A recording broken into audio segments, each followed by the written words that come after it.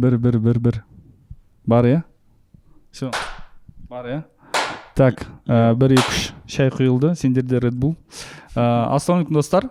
Қайсы мынау, иә? Средний қайсы? Бісміллә. Аха. Ассалаумалейкум достар, ассалаумалейкум қазақша түсінетіндер. Және де LP ғой, иә? Және де LP. Бұл шай әңгіме жобасы. Бүгін бізде қонақта Альфа тобы. Ассалаумағалейкум бәріңізге. Бәріне сәлем. Қош келіппіз. Қош келдіңдер. Көп рахмет. Ана жыл өткен сайын, эстрадаға қарай ауысады екенсің. Қалай? Бізге биыл 4 жыл ғой. 4 жыл өтіп уже бәріміз ассалаумағалейкум деп. Басып сәлем дейді қазір ассалаумағалейкум деп. Я, бәріне сәлем, құрметті шай әңгіменің көрермендері, тұрақты. Я, бүгін бізде Альфа тобы, яғни ешқандай КВН-ге қатысы жоқ, әзілге қатысы жоқ адамдар алдын ала айтып кетіп жатырмын. Қызық емес болса, енді кешірім сұраймыз. Бұл шығарылым, мен ойымша көбінесе енді сендердің көрермендерің көреді. Шай әңгіменің негізі көрермендері ондай негативный емес. Өтіп кетсек өтіп кетеді бұл. Біз өтіп кететін балаларымыз негізі. Просто көрерменге айтқым келіп тұрғаны, біз жаңа түсірілімнің алдында сөйлестік қой, уайымдап келдік кәдімгідей. Қатты уайымдап біз не айтамыз, оны күлдірту керек па деп мен айттым. Жоқ. Кім келіскен вообще деп. Мини программа. Ән айтпаймыз ба не деп тұр да. Вообще уайымдамай қойыңдар. Еркін формат. Айта берейік айтсақ. Айтқызсаңыз айтайық. Әнді айтамыз. Ән ба? Ұра береміз ғой. История болмаса 1 сағат ән айтып отырсақ. 1 сағат ән, жарты сағат примерно мен өз әңгімемді айтамын. Шай әңгіме жобасы формат бойынша басынан өткен оқиғаларды айтамыз. Міндетті түрде жаңағы айтқандай күлкілі болу міндет емес, просто қызықты. Мен ойымша сендердің өз көрермендеріңнің өмірлерінде болған бастарынан өткен оқиғаларды есту оларға да қызықты деп ойлаймын. Сол себепті полный рост ұра беріңдер. Все, уайымдамай. Десе тұрбасы. Дәл қазіргі түсірілімнің алдында сендерде 3 күннен кейін концерт болады, иә? Астанада. Ой, Астанада өтіп кетті. Алматыда бұйырса осы 5 қыркүйек болады. Амфитеатрда. Біздің үлкен концертіміз ғой негізі, жасап отқан 4 жылдыққа. Бірінші үлкен концерт бұл негізі. Иә, бірінші үлкен концерт, open air. Көп адамдар, көп орын. Бос десең. Театр десең. Жоқ, бәрі жақсы, шүкір, бәрі жақсы. Бұл жолы адам санын көбірек қылып алдық. Ол амфитеатр неше адамдық? Қанша адамдық? 4 Ой ба. Иә, біз үшін де бір үлкен челлендж деп қарап отырмыз. Барынша дайындалып отырмыз. Оған дейінгі ең үлкен концерт неше адамдық болды? Алматыда 2000 адам. Ол толды ғой? Иә, болды ғой. Олар уже әзер толтырдық қой. 4-5 минут. Зато сендер концерттерің андай стадионда емес та отменить етпейді точно. Әйтпесе кейбір артистердің. Бір өкініштісі біздің 60-70% LP-ларымыз шетелдерде. Шетелдер. Жоқ, негізі ойнап айтамын, шет елде бізді көбірек тыңдайды негізі. Шетелдік біздің LP-лар өте көп. Осы Астанада жақында қай мемлекеттен келді? Германия, Франция, Қытай. Қазақтар ма? Жоқ, қазақтар емес. Прям шетелдің адамдары. Иә, вот именно қазақтар емес. Сонысы бір қатты бір қазір қатты тіл үйреніп жүр. Уже қазақша ұмытып отыр. Бә, тіл.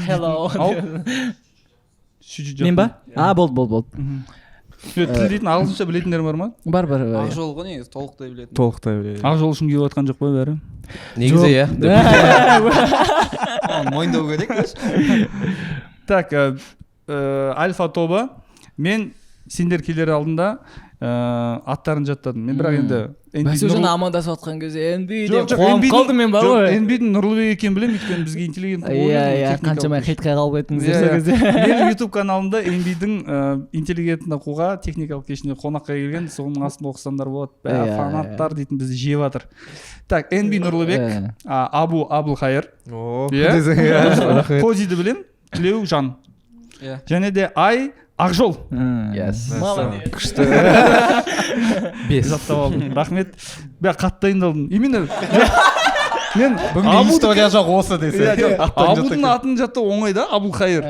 Энби Нұрлыбек, енді біз до этого кездескеннен кейін білемін, Хози тоже білемін, Тілеужан екен. Ай дейді да, и мен жаңағы осының алдында түнде, короче, сендердің тиктоктарыңды изучать еттім да. Прямой эфирде отырыңдар. Братан, түнгі 3-те ішеді. Тиктокты көріп. Күл қойып. Сәл сүйсініп па? Жоқ, ана прямой эфирді қараймын. Шын есімдерің қандай дейтін неме бар да, бір отрывок бар екен. Сол кезде Энби айтады, мен Нұрлыбекпін, Тілеужан, Абылхайыр дейді. И ай десе, ай тұрады, мен Айкамын дейді, короче. Мен айтамын, шын атын қалай деймін ғой, короче. Қайтадан, мен Айкамын дейді. Бля, брат, аты. Комментарийді қараймын, прикинь, сендердің жаңағы көрермендерің, LP-лар ғой. Атын жазбайды ғой, айдың. Сосын мен тұрдым да, так, аты кім болуы мүмкін. Сөйтіп, жаңа кездескенге сұрастырып алдым, ақ жол деп. Сосын барып, памятім жақсы менің айтып, шүкір. Атқа дейін памятті осы шайым арқылы иметіп алдым, реттеп алдым. А в целом өмірде мен негізі ат жауды табуға өте қиын болатын маған. Камера өш қағансы ұмытқаса бізді осы шетте ғана жаттап алған. Бірінші атын Кім Айка дей ма? Екінші аты уже брат қой. Родной деп кете бересің, уже ары қарай уже қаттырақ, жақынырақ таныс бастаған кезде барып сұрамасаң, ренжімеші, айып етпеші деп. Мен бір рет енді танысқан екі дос баламен сөйтіп бір 2-3 күнге қаланың сыртына кетіп қаламыз ғой. Сол кезде сол екеуінің атын жаман шатастырдым да. И 3 күн бойы брат деп жүрдім андай. Еще андай бүйтіп. Екеуі де қарап қалады да. Брат деп басында жетіп. Мына екеуі отырса бүйтіп сәл оңға бұрасың ана болса брат деп. Сол жаманның қайсысы болды. Ана және айтпақшы болдым. Прямой эфирде сол кезде қараған кезде менің туған жерімде төбелесіпсің сен. Естідің? Бәрі дұрыс болды ғой вообще. Бәрі жақсы, иә. Бәрі реттелді. Құлағыма ұрып отыр десең.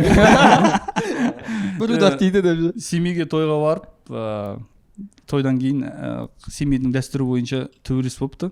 Мә, сол, кстати, жалпы ситуация қалай болғанын айтпай ақ қояйын, но тойда, сол тамада андай ойын ойнатады ғой, короче. Давайте ностальгия жасайық дейді да, короче. Бұрын қайда өтуші еді тойлар дейді, короче. Біздің мама папаның тойлары қайда өтуші еді дейді. Неде дейді там? Палаткада дейді бәрі, иә. Аты немен жазылушы еді, мақтамен, тойдың соңы немен бітуші еді дейді да. Төбелес дейді ғой бүкіл залшы. И сонымен ана кісі тұрады да, ондай болса бүгінгі тойда сонымен бітсін деп андай сөйтіп андай болады ғой, типа андай қойып айтады да, ал келеді әңгімен бәрін, типа сол кезде төбелес болғанның арқасында типа ажырасу болмайтын деген сияқты ше, типа бақыт болатын, типа бақыттың несі ұзақ ғұмырдың дейді да, сол төбелеспен бітсін дейді. И бәрі ха-ха болып бітеді да.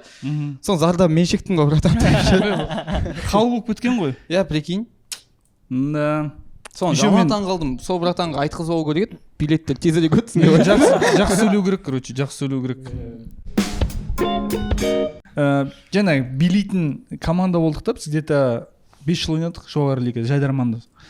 Мен есімде.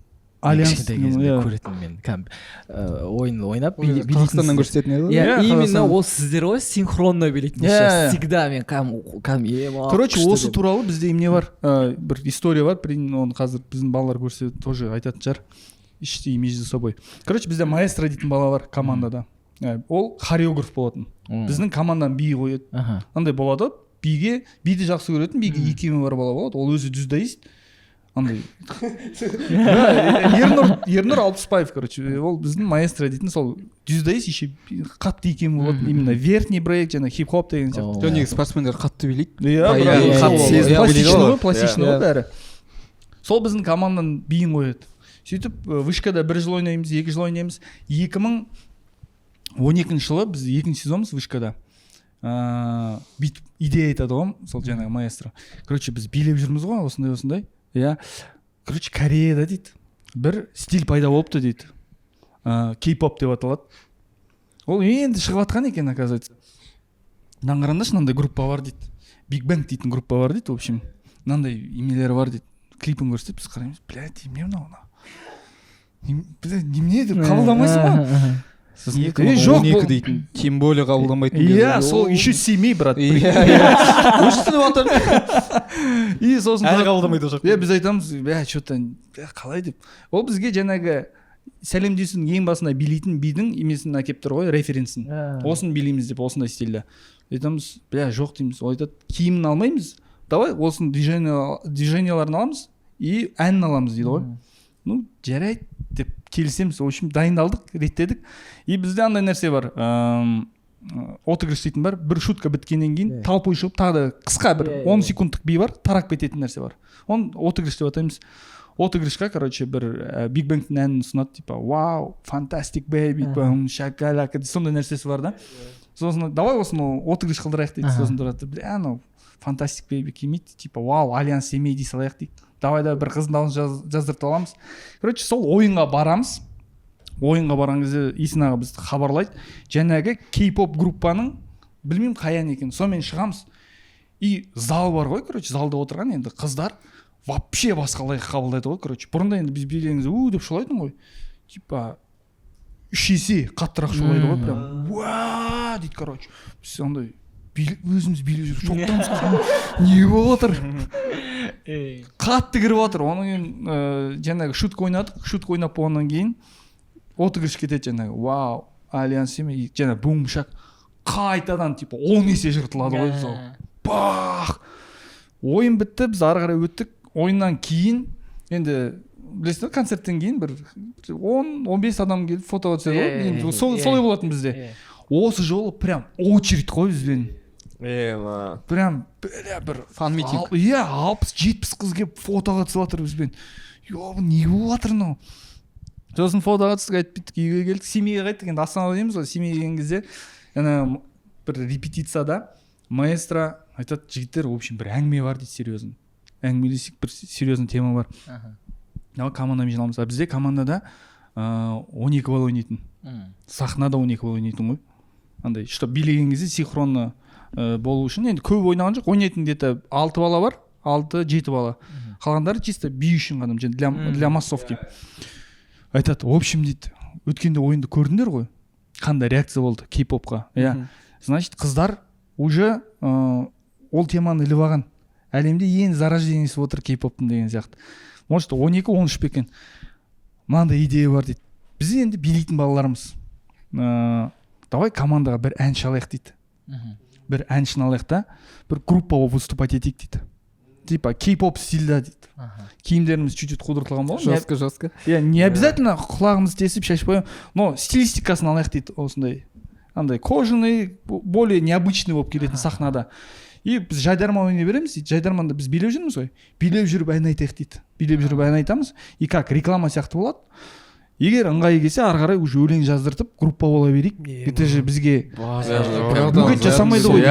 Идея ғой. Маэстро братан шарит шо. Ол 2012-де болған ба, 2013-те болғаннан кейін біз айтамыз. Біздің реакцияны біліп тұрсыңдар ғой қандай болған. Нақ тастан қомашын. Ол келеді, жоғи, бірақ ән шаламыз дейді.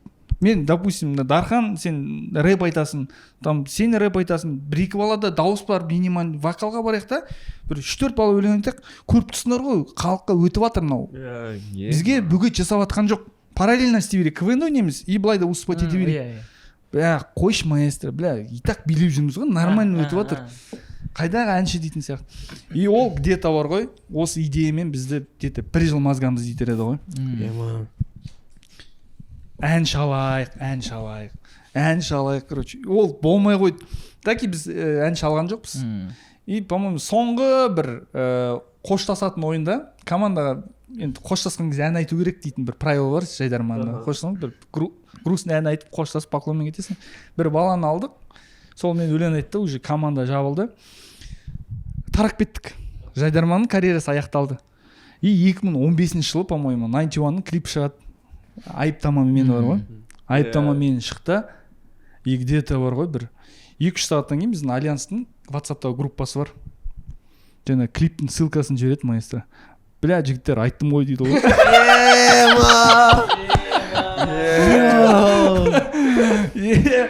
Мен сендерге осыны айтып едім ғой, жиги дейді ғой, мен сендерге осыны ұсындым ғой дейді. Сол кезде ұсынған ғой. Кісі гений екен прям. Иә, енді ол содан кейін ойлаймын да, қазір кейбір кезде, мысалы, балалармен, допустим, сериал или проект, или киноның идеясын разгонять етіп отырсың, или басқа да тақырыптар болған кезде көп адам идея айтады.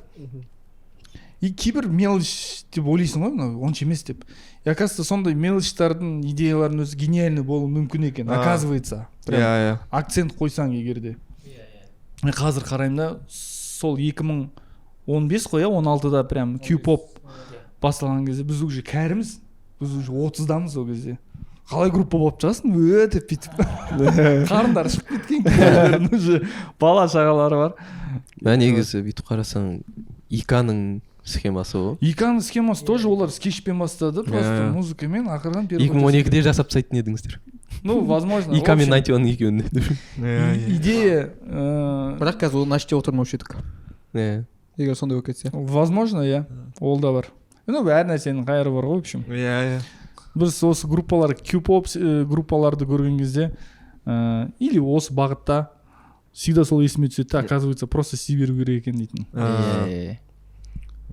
капец сол күшті оқиға прикольно сонда оқиға екен мынау ана кісіні кәдімгі танысқым келіп кетті ғой маэстро кешірші сені тыңдамағанымыз үшін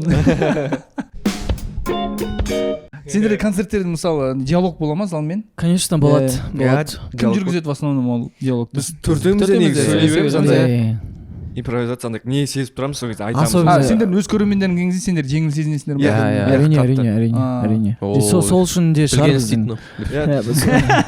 сол үшін де шығар ұқсады сол выступление вообще қобалжымаймын негізі артқа қарай қыздарға ондайды әңгіме айтады ғой всегда жоқ андай кейбір кезде біздің стафтың несі күші жетпей жатқан кезде уже андай стафымыздың өзі мажылып жатады ғой жерге уже сол кезде уже амал жоқ ұрсасың айтасың ұрысқанда қалай енді артқа қарай жылжы деп вообще естімейді деп қарап тұрады бетіңе сахнаға шығып кеткендер болды ма сахнаға болғанда шығар қатты есімде жоқ бір рет емес каждый раз андай да концертті бітіргенде енді андай өзінше бүйтіп күшті болып бітіресің ғой бүйтіп торт қалып бүйтіп все рахмет все рахмет деп кетіп қаласың ғой андай өзінше күшті болып кетіп баратсың да кино болып ше өйтіп бұрылып кетіп баратсың артыңдан дауыс шығады ғой ал құрметті қыздар үйлеріңе аман есен жетіңдер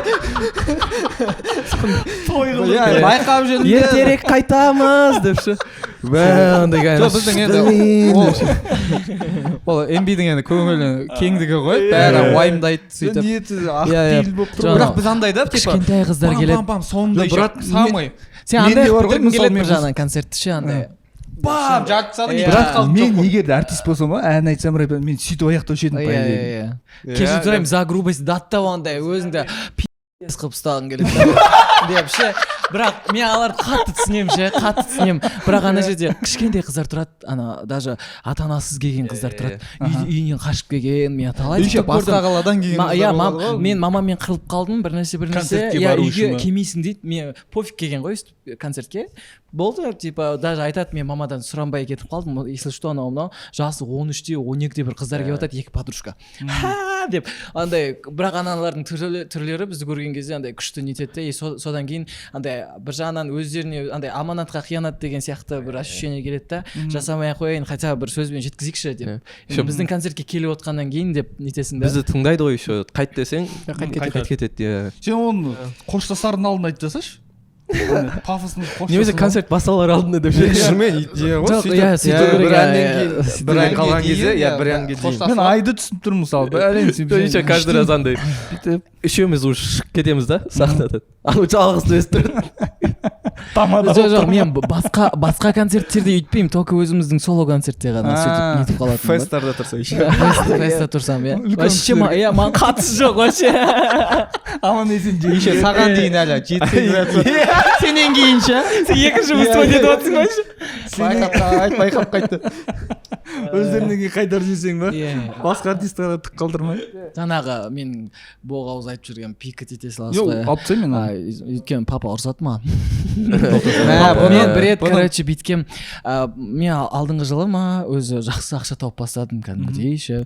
жақсы тауып бастадық иә аллаға шүкір иә аллаға шүкір шай ішіп дейтін кекіріп андай ауылда апалар сөйтіп мен сөйтіп ақша тауып иә как раз мен папам туған күні папа туған күн вообще үйде біз тойламаймыз вообще тойламаймыз вообще мен папам туған күнін білесіз бе қашан білдім? Осы 2 жыл бұрын ғана білдім папам туған күні қашан екенін. Папа маған осы жылдар бойы сен туған күнің қашан десем, папа 31 апрель деп айтады. 31 апрель жоқ, иә. Мен сол 31 апрель күтемін ғой, жындысы вообще. Мен білмеймін ғой. Сөйтсем, папа просто ұнатпайды туған күн тойлаған вообще. Содан кейін мен уже мамадан барып сұрайын ба, бір нәрсе қылып, әйтеуір папаның туған күні 10 сентябрь екенін білемін. Сөйтіп қаншама уақыттар бойы енді сыйлағым келеді, ақша жоқ, енді ғана шығып жатырық, бүйтіп жатырық, өзімізді қолға ұстап аяққа тұрғызып сыйлық керек. Иә, сөйтіп жүргеннен кейін мен папам бір телефон көп ұзақ ұстап жүрді. Өзі бірақ ұқып ұстайды папа. Өте қатты ұқып ұстайды. Демек, Nokia ғой сен папаңда әлі, иә? Жоқ, Samsung болған, бір өзі сатып алған, өзі Алматыға келіп сатып алған. Сосын бір кезде қой папаға телефон сатып алып берейінші деп бір күшті бір телефон алдым да папаға алып барып бердім. Ол анаға алдыңғы Samsung шамал қатып қалатын да, андай жаңа обновлениедағы TikTok, Instagram дейді қуат та, а папа кірмейді сол үшін ондай заттарға. Ана новый телефон алып бергеннен кейін папа бәрін жазып алған ғой, аккаунт создавать етіп. Бүкіл әлеуметтік желіде бар ма? Бәрімізге подписан ғой. Бәрі не істейді, не салады, қандай сурет, тыржалағаш болсын, бәрін салады. Папа күнде звондайды ол.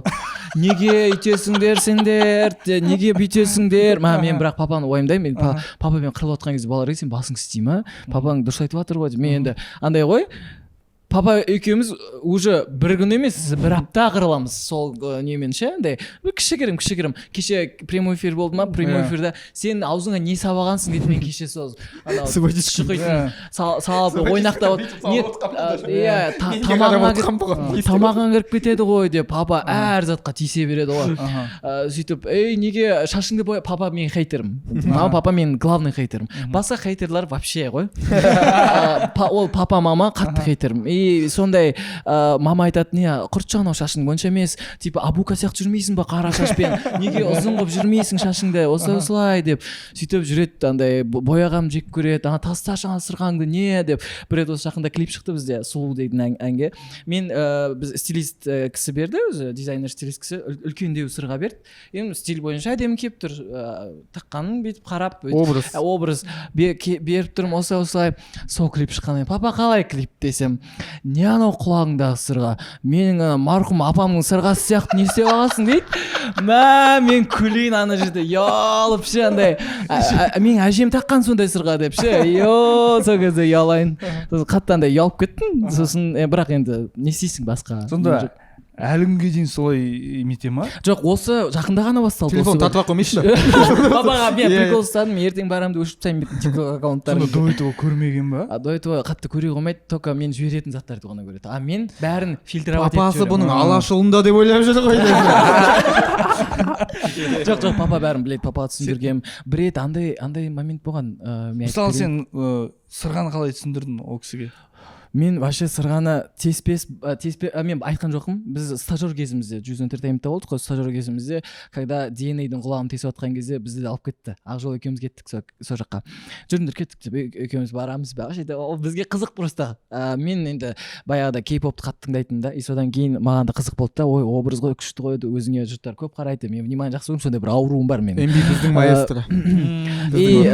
Жалпы, сосын сол кездерде потом мен үйге барым, карантин басталып кетеді содан кейін, 1-2 айдан кейін. Үйге қайтам, не істеймін? Үйде жатасың 3-4 ай, ештеңе істемейсің. Қолың бос. Иә, андай көрінбейтін бір шеге сияқты кішкентай сырға тағып алғам екі жаққа.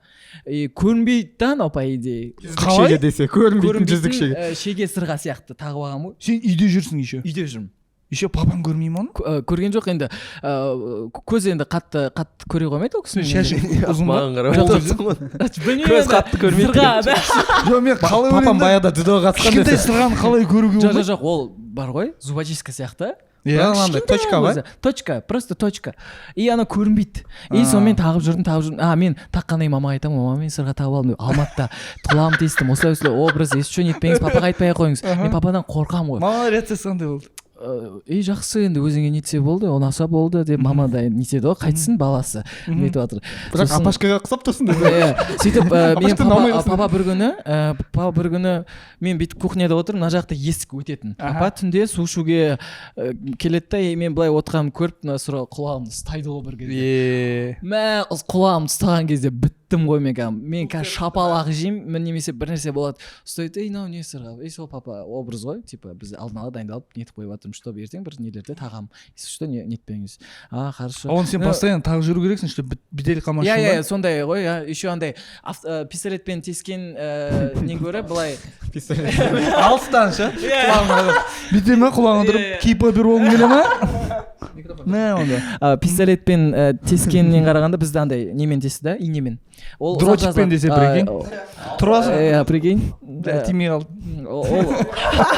мына шетінде де не бар ма тесік мына шетіне тиген ма біріншісі ол ұзақ жазылады екен сонымен жүріп сөйтіп тағып жүрдім тағып жүріп сөйтіп нетіп папа бір кезде айтты енді түсіндірдің қыздар ұқсап деп сәл бүйтіп өзінің несін айтты да ренжиді ғой жалпы маған да сәл бір жарайды дедім жүре бердім содан кейін папа ештеңе демеді ештеңе неткен жоқ бірақ андай қанша жерден болсын енді ол кісілердің өзінің жаңағы кезіндегі поколениясы бөлек болды ғой көзқарастары басқаша болды нетті содан кейін папа маған ұзақ үйренді и то жаңағы папа мақтанып бір достарына біздің клиптерді көрсеткен кезде көрсетсе бүйтіп құлағын жауып көрсете ма фотосын бетін қимылдатып қоймайды бір баласы не анау қатындар намыстанып кеткен содан мен қатты өзімді онша емес сезінгенмін сол кездерде ше папамен ол кезде ұрысқанмын мен жындымын мен папа мен тырысып жүрмін ғой осылай деп басың істемейді соны просто папаңды тыңдай салу керек еді просто ше андай деп қоясың енді болды ғой құлағым мен де қоя саламын мен де қоян шықтым ғой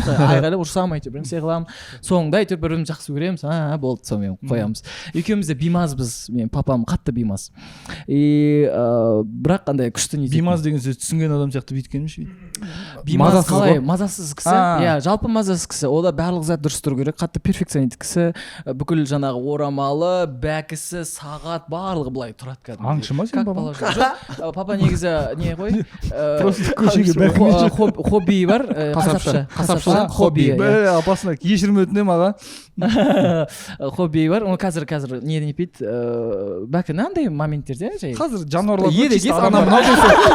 иә жануарларды қой чисто қазір уже андай папа айтады енді бел жарамайды нетпейді мал қатты соя қоймайды андай айтып отырады қазір сен сонда қасапшының баласың не еще былай айтқанда иә сен қой мал соя білесің ба негізі папа былай үйреткен бірақ соя алмай кеттім сол миыма кірмей кетті қанша үйретті жоқ ондайым жоқ аямайсың ғой күшті тамақ қой анау ары қарай жалпы сол қызық солай айта берсең көп әңгіме негізі осы әңгімелер сендердің көрермендеріңе қызық қой по идее иә бір жағынан иә сол ғой негізі иә бірақ андай артық айтып қойып жатсам папа сіз көресіз артық айтып қойып жатсам кешіріңіз иә деп қояды бәріміз де ол допустим білмеймін енді тек творчествоға байланысты мамандықтары да шығар ата аналардың андай басында қолдау болмауы дейтін мысалы КВН-де творчество ғой вообще абсолютно қарсы болатын ғой абсолютно хотя андай енді өзімізге ұнайтын нәрсе ғой явно білмейсің что ол бір қаржылық именно пайда әкелетінін сен білмейсің болашақта қалай әкелетінін КВН дейтін наоборот минус нәрсе ғой мысалы сендер сен андай барыңды салып істеп жатасың да бірақ сені сол үшін какой-то бір хейт етіп жатады ғой короче типа сен сонымен өмір сүресің ғой дофига жыл ше негізі музыкада еще сендерде оны жазу керек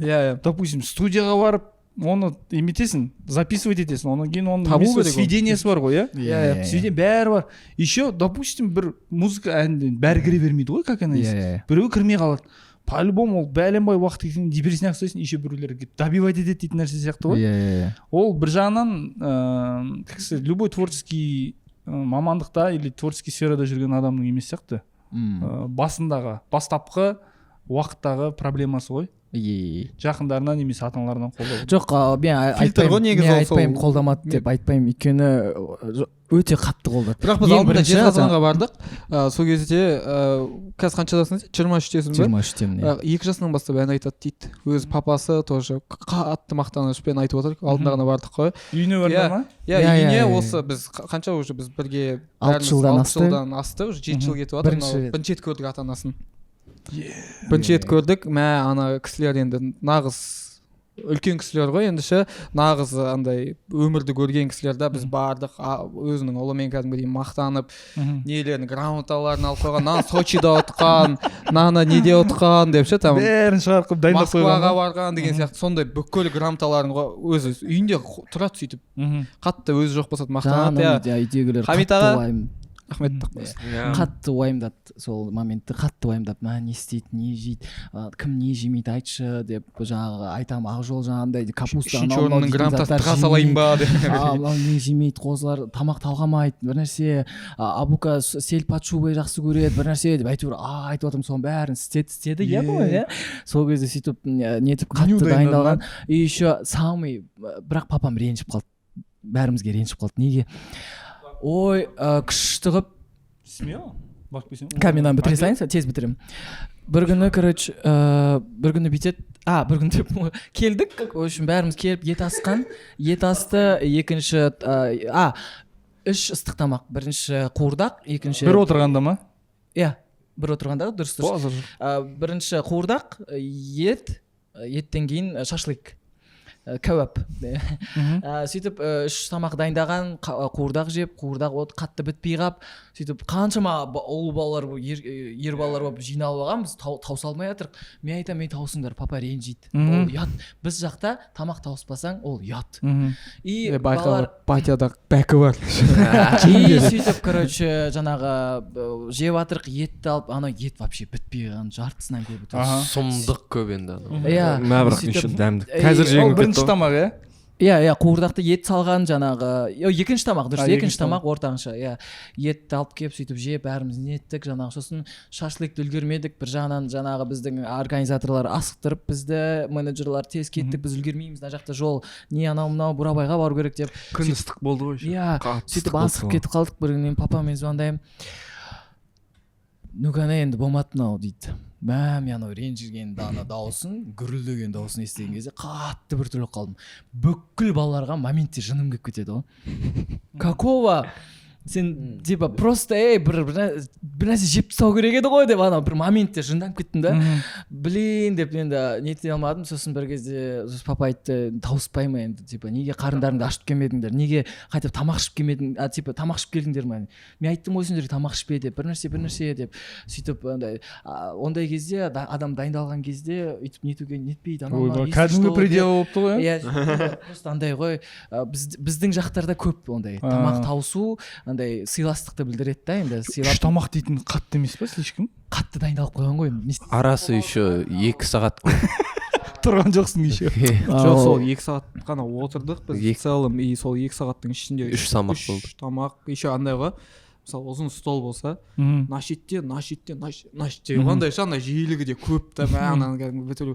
Біз базар жоқ, мен өмірімде серьезно ең жеген еттерімнің ішінде ең дәмдісі осы Жезқазғандікі. Мен бір рет ет алып келгенмін. Шығыста да тоже по-своему кайф қой. Өзіміздің дәміміз бар ғой, жақта мына типа мына Жезқазғанның еттері, орталықтың еттері вообще көбісі мысалы біздің Жаңарқа жақтан да алады екен. Астанадан жегем, білмеймін, мен Астанадан Нағыстан ішкен десе.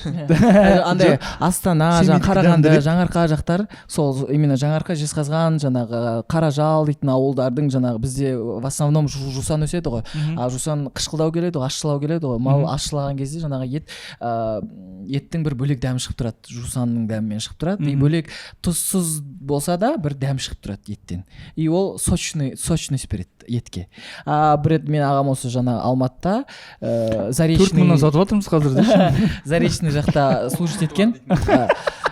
Мыналар не айтып кетті, қолдың ұрты бар 3 теңге дейтін комментарийлер. Алматының шет жағында армияда служить еткен, ол жақында деп, ол қашан 2014, білмеймін, 2016-15 па бір сол кезде. Мына жақта бар ғой.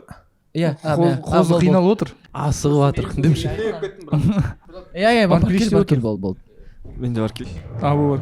Екеуміз әңгіме ұра берейік онда. Менде история бар, я. Ол музыкальный тоже. Неге колледжға түстім ғой мен, музыкальный колледжға. Короче, и ең жек көретін пәнім фортепиано болады. Жақсы көремін, бірақ фортепианоны, бірақ соны үйренуді жек көретін, короче.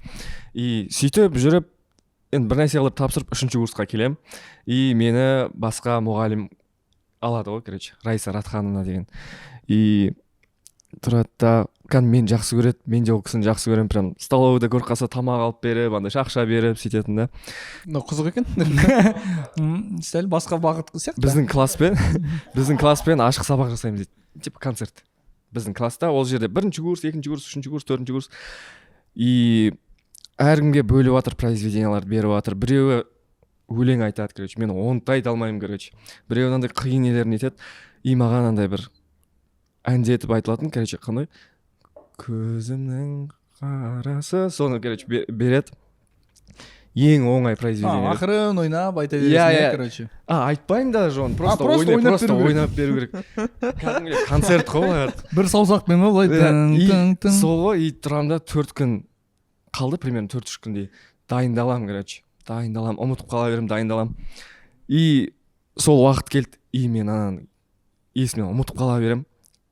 Неге жиналамыз, жаңа заведующий бәрі отыр, короче, фортепианодан. И апай тұрады да, болды осылай отырамыз ғой, біздің жаңа класстың адамдар отыр. Есікті ашады да, у нас тут концерт, все, короче, кіресіңдер дейді ғой, келіңдер дейді ғой, короче. Ол жерде мен ұнататын қызым бар, короче, менің группаластарым бар, маған күлетін ше, короче. Давление 10 есе ма уже? Иә, менен кәдімгі суық тер шығып жатыр ғой, короче, ема деп. Бәрін кіргізеді, короче, талпа тұр ана жерде. Тұрады да мені шығарады, короче. Тұрам да. Ал енді Абулхайыр Мадеш осындай произведение ойнап бер дейді, сосын поклон жасап отырам да. Поклон деп арман. Обязательно поклон ғой, кстати, отырардың алдында. Бастаймын ғой. Та-та-та, короче, ойнайым. И ортасы есімде жоқ қой, короче. Ортасы есімде жоқ. И мен группаласымның күлкісі шығады дегенше, короче. Бәрі жартылып жатыр ақырындап, сосын апай басынан бола ма деймін, сосын. Бәрі апайың айта ма? Басы еді ғой жаңағы. Басын қайты ойнайым да, ортасы қайтып жоқ. Соңы қатты жатталып қалған, короче. Таң деп бітіре саламын, короче, 5 секундта ше. И тұрам да, осы енді апай дейді да, соны апай тұрады да маған бәрін айтады. Болды, он волнуется, анамна, осындай мен оқушым ғой, бір нәрсе. Хорошо дейді. Бүгін самсақ беріп не бердім деймін. Иә, отырғызады да, короче. Отырым, бәрін ұялып жатыр, күліп жатыр, жаңағы мен группаластарым мазақтап жатыр, короче. И тұрады да, бәрі ойнап шығады. И апай тұрады да, Абулхайыр еще раз хочет показать дейді ғой, короче. Ема, короче. Қатты уже, апай жоқ деймін ғой, выходи дейді, короче, шығамын да. Отырған кезде ортасы есіме түседі ғой, короче. Ортасынан бастаймын ғой, короче. Басымен айналдырып, короче, бітірем. Жата берсін. Сосын тұрады да, за хорошее настроение тебе 4 дейді ғой, короче. Әйтеуір бір нәрсе қылдырып тапсырып шығамын концертті ше. Ема. Мен кезінде 13-14 жасымда сол музыкаға енді қызығып жүрген кезде жалпы группаға кіруді қатты армандайтынмын да. Q-поптың жанып тұрған кез. Q-поптың жанып тұрған кез. Қай жыл ол? 2017 6 Q-поптың айғайлап тұрған кезде ма? Кәдімгідей. Мен сол кезде Гаккуге клипім шықса ғой дейтін. Иә. Таза. Сол кезде Гаккуган потолок болды. Star Wars дейтін демалар. Қатты қырылып ішінде. Сөйтіп ВК-дан, ол кезде ВК-да отырамыз ғой бәріміз. ВК-дан, короче. Мен әлі отырамын, брат.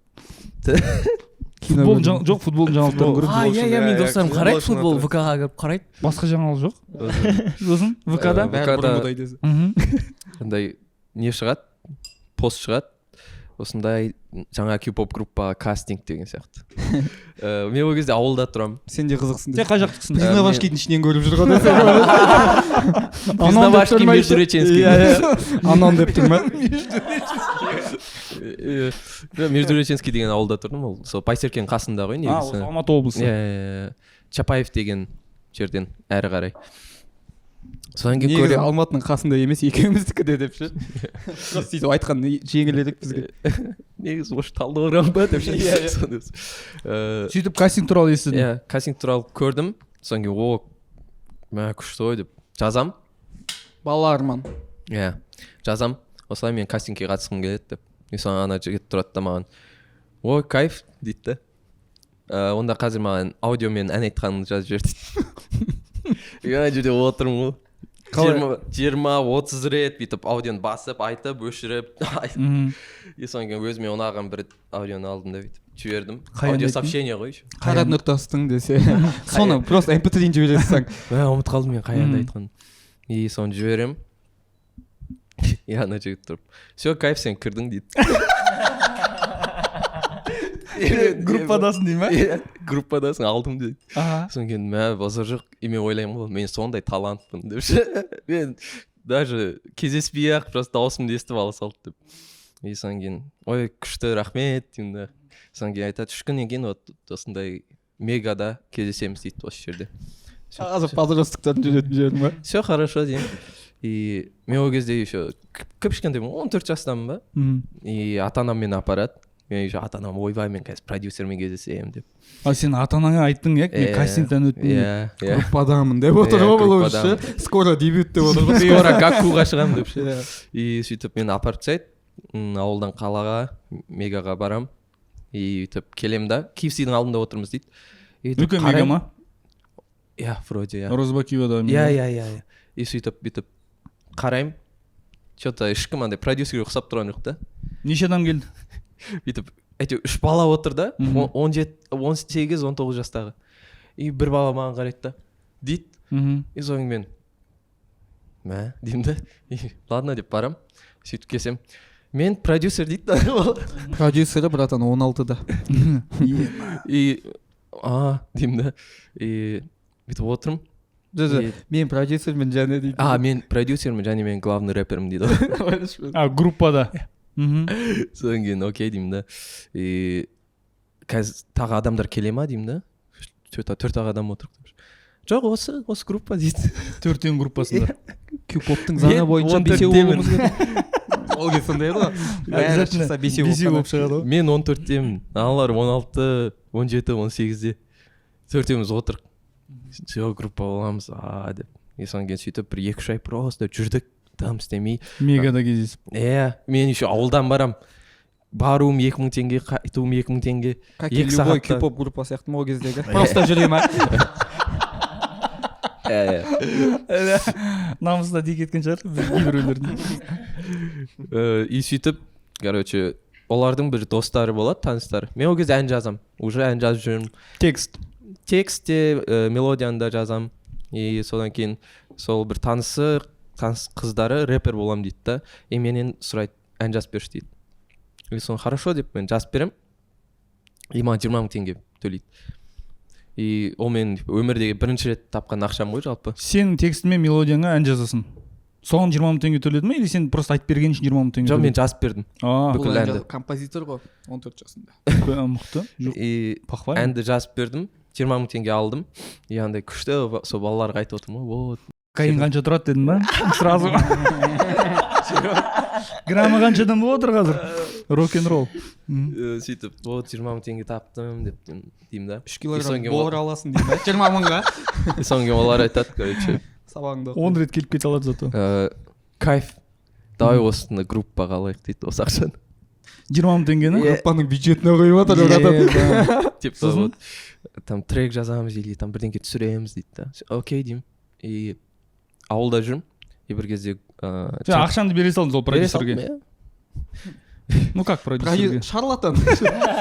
Максималист. Таныс емес адамға 20 000 теңге беріп қойдым. И бере салдым. И сөйтіп бірнеше күннен кейін ауылда жүрмін. И чаттан сообщение келеді. И оқысам, қарасам, фото жіберіп тұр. Сол жігіт. Шашы сары, короче. И соңғы ема кайф деймін да. Қашан боядың десе, бүгін дейді да. Сол сен берген 20 000 теңге, 10 000 теңгесіне бояп тастадым дейді да. давай енді клип түсірейік дейді. Қалған 10 000 теңгеге. Жоқ, еще главное ән жоқ, дайын ба, шашпай болып. Ән жоқ, дайындық жоқ. Просто 3 ай бойы KFC-дің айналасында жүр. Ешкімнен сұрамай, просто өзі барып қойып қайтып қойған ғой. Содан кейін блин деймін да, ладно деймін, типа енді үлкен адам деп ше, не деймін деп. Соны ладно деймін. И келесі күні қайттан ауылда шөп жұлып отырмын, ауланың шөбін. И сообщение келеді. Сен мына образмен жаңа әңгіме вообще сәйкес келмей жатыр. Мен сені осылай представлять етіп отырмын ғой, шөп жұлғанды. 14 жасымда. И вот тура осы киіммен. келесі күні мен ауылда шөп жұлып отырмын, сообщение келеді, қарасам қайттан фото келіп тұр. И шашы қара ғой. Содан кейін не болды десем, батя ұрысып тастады, соны бояп тастадым дейді. Қалған 10 000 теңге. Қалған 10 000 теңге. Сөйтіп 20 000 теңгенің бәрі ұшып кетті. Сонымен группада бюджет жоқ. И сөйтіп, короче, арты тағы олар менен қарыз сұрап, сөйтіп бірдеңке болып, мен берген колонканы жоғалтып, бірдеңке болып кетті, содан кейін құрсыншы дедім. Ол жігіттерді сосын, допустим, қазір кездесесің ба? Бір вообще музыкада жоқ я ол кісілер қазір. Белгілі бір деңгейде көріп қалсаң соларды. Кім ғой? Калифорния ғой деп бірге звондап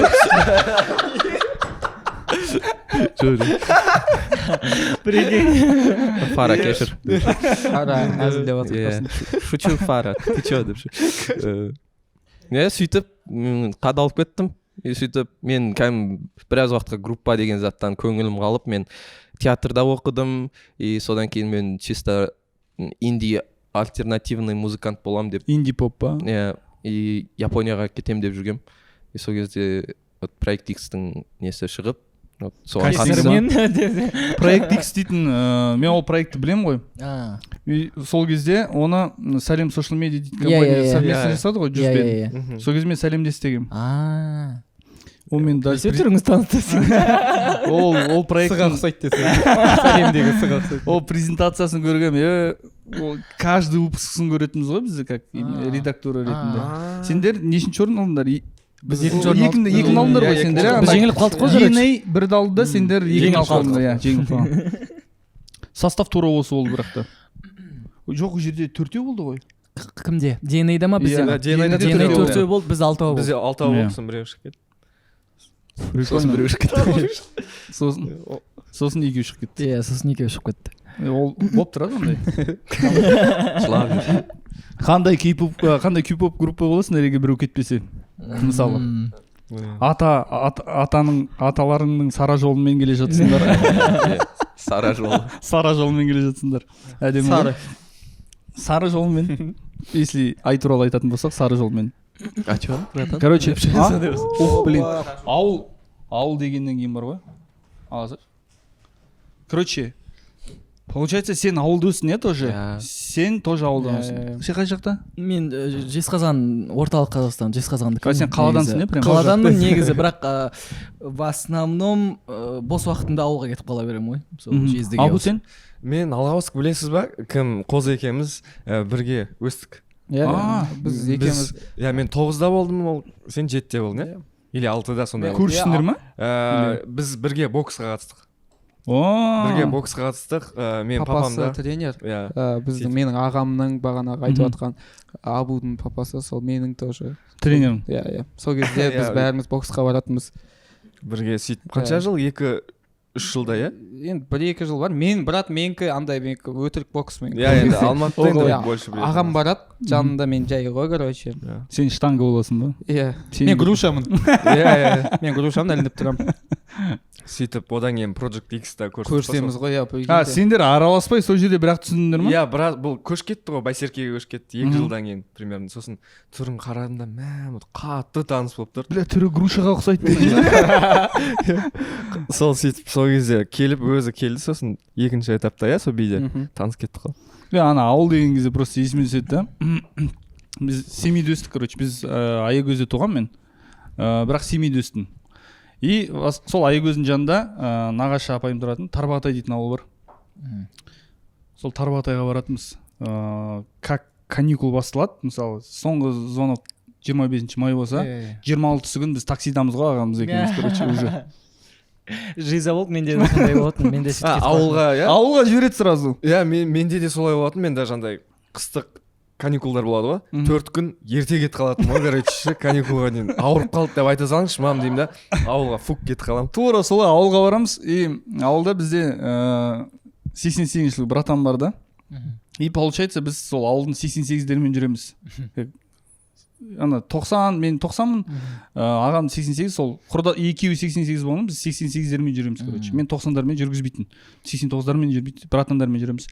И қаладан келген кезде почему-то андай стереотип бар ғой, енді болатын, қазір бар ма жоқ па білмеймін.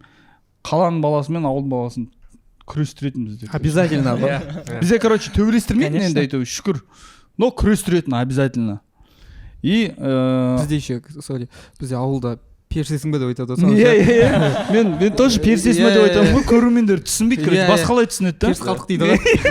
Алдында да тоже неден соң ше, случайдан соң бәріміз отырдық қой, жан перс қалдық дейді ғой. Мен уже андай алматылықпын ғой. Сен не деп айтамын а? Иә деп ше. Ана ровдыда отырған кезде айтамын а? Иә. Мен айтып, бізде тоже бір емне случай болды, интеллигентный қу. И бір қыз кәдімгідей агрессивно настроенный тиісіп жатыр да. Айтым да, и шутка ретінде. Сен конкретно персің келіп тұрма деймін ғой. И соны айтып болғаннан кейін сен түсініп тұрдың ғой. Деп ше. Жоқ, мен айтып болғаннан кейін контекст түсініп, зал жыртылып қалды короче. И мен андай двойной смысл кеткенін бірақ түсіндім да. Енді семейліктер үшін ол төбелесу болды, грубо говоря. Енді қызмет төбелесу просто шутка ретінде. Сосын бар бәлен деп қалған соң біздің лексикон сондай болады. И бізде андай күрестіретін ауылға барған кезде. И міндетті түрде сенің жасыңмен таңдайды. Мысалы, мен 90-мын, 90 жылғы бір баланы тауып береді, бірақ ол бойы қандай, телосложениесі қандай қарамайды, короче, размерларға. 90 ба? 90 мен енді ол кезде кішкентай болатын бойым, арық болатын да. Ауыл дейтін ауылдың баласы. Бойы ұзын андай шымыр да. Айтады, все, екеуің күресесіңдер дейді. И ол бар ғой, мен андай жаманға дейтін, короче. Просто отылып қойған, еще жұмсақ жер іздеу деген жоқ қой. Просто шөп мына жер болсақ, сәл шөптеу жерге барып күресесің. Ол по факту андай қатты құлаған кезде ничего не меняет қой. И қадала беретін. Сөйтіп қадалам да, и ауылдан қалаға айтқан кезде бля, сол намысыма тиеді, дзюдоға жазыламын ғой. Короче, мен бля келесі жазда барған кезде, сука, айрам деді. Айрам. Дзюдоға жазылам, сөйтіп енді 9 ай дзюдоға барам. Дзюдоға барып, қайтадан 9 ай 10 күн десе. 9 ай 10 күн. Өзімде дзюдоға. Иә, 2 күн жолға кетті еще, 8 күн получается. Сөйтіп ауылға жетем, бля, менен настрой 5 күн, мен таксидан түсіп, сразу ана пацанның үйіне барғым келіп тұр ғой. Мен скилл жинап келдім ғой. Бүкіл скиллдарымды көрсеткім келіп тұр. И түстік, и сразу братандар алып кетеді. Сол күрестіреміз деген сияқты. И мен барған кезде ол, короче, ол жігіт ол да жай жүрмеген. Жоқ, ол жұмыс істеп жатыр. Енді майда ғой.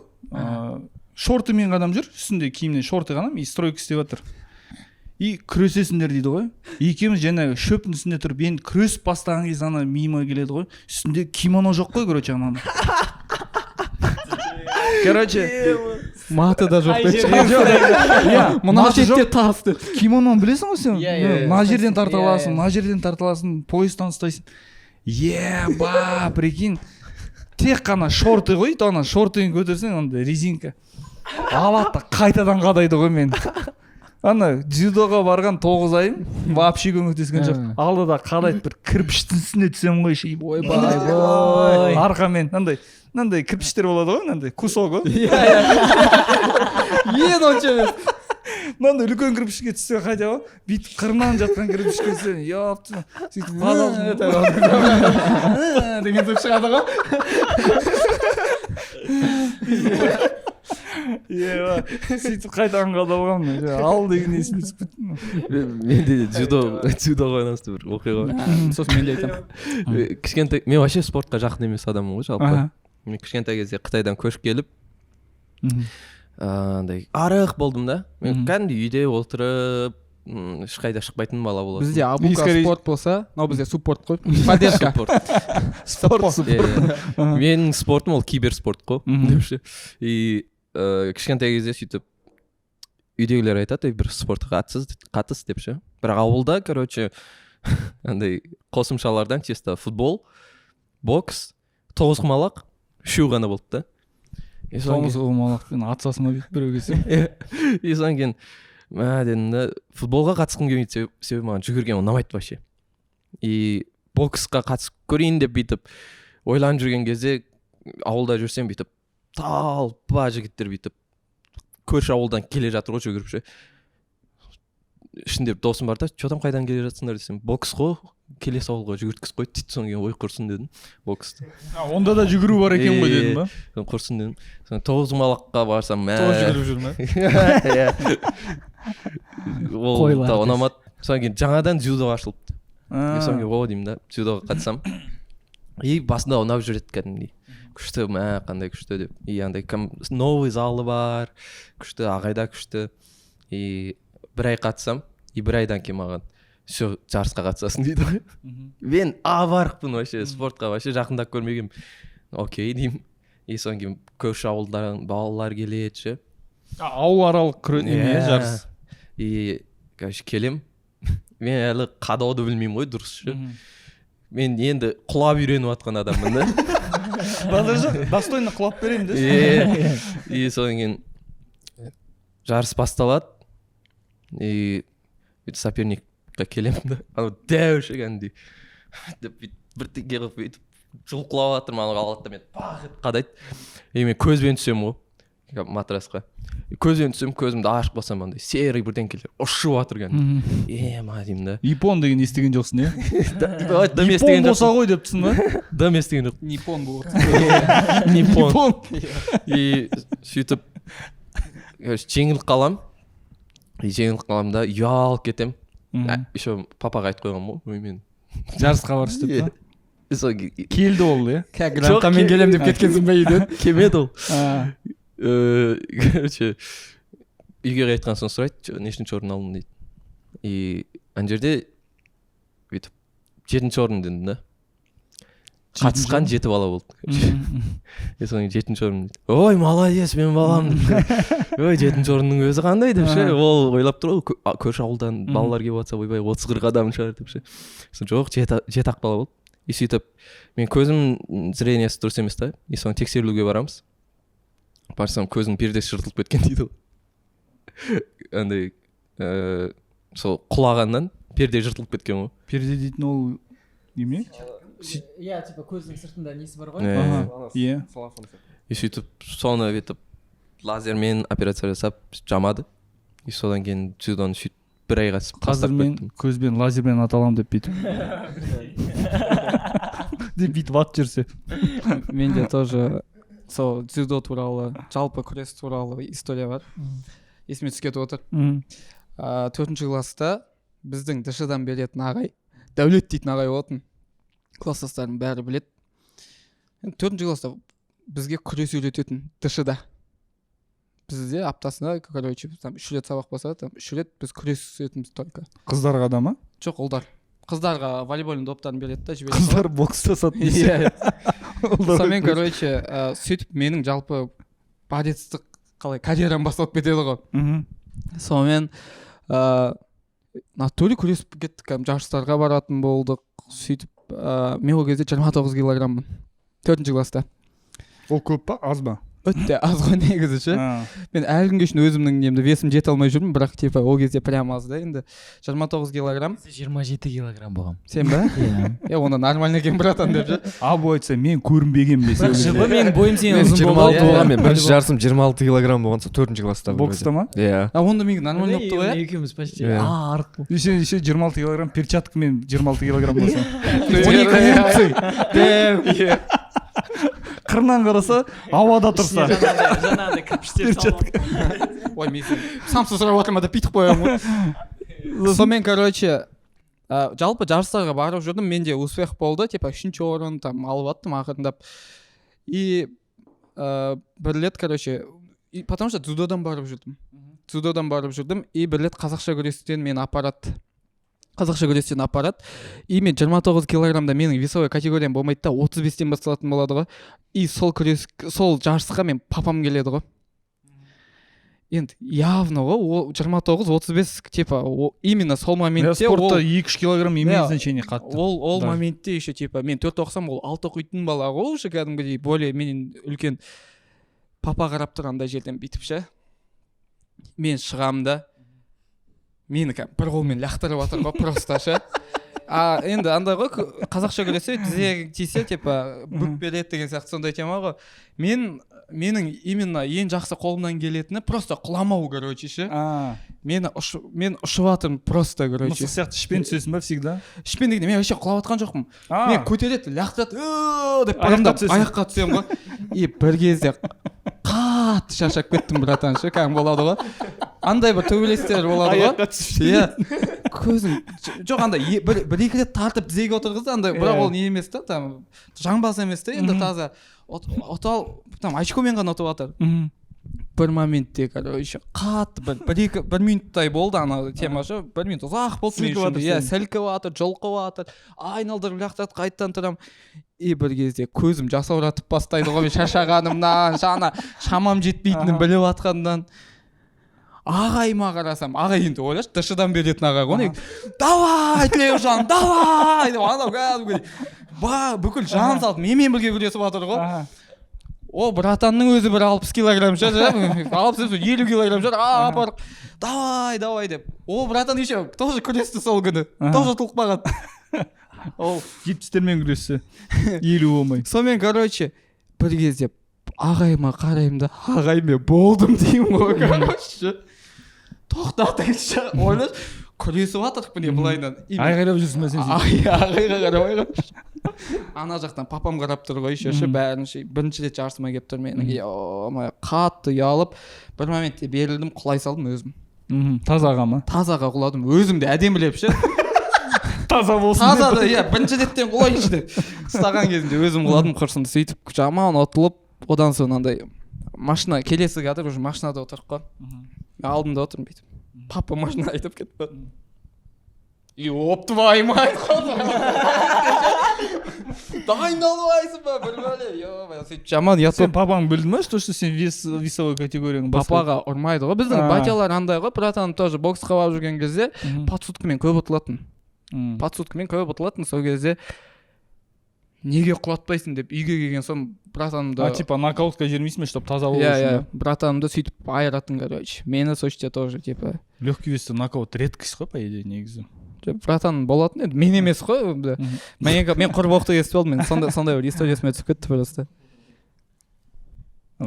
кимоно дзюдоға барған кезде кимоно аламыз ғой енді тоже бізде братан екеуміз туған ағам екеуміз бардық та бля кимоно дейтініміз қымбат нәрсе енді біз үшін қымбат болды братан бізде андай болатын кешір дзюдоға келеді бірақ андай братандарынан қалып қойған еркін күрестен несімен жүреді сондайлар болатын енді ана қазақша күрестік сәл қысқа болады ғой немесе и шортымен шығасың тоже қазақша күрес самбо дзюдоның спортсмендері қатыса береді ғой бір-бірінің жарыстарына и сол кезде бізге кимоно алған кезде сәл андай арзандау дейтін кимоно ала салады ғой бір братан жарысқа деп бір кимоно алып берген сол бірінші схватка ғой шығып бүйтіп мына жерін салып тартқан кезде бырт етіп бүйтіп анау бар ғой бір мынау футболка сияқты ғой негізі ана кимоно ал енді тренировкада в основном схватка болмайды ғой просто жүгіртеді разминка әйтесің бүйтесің ебай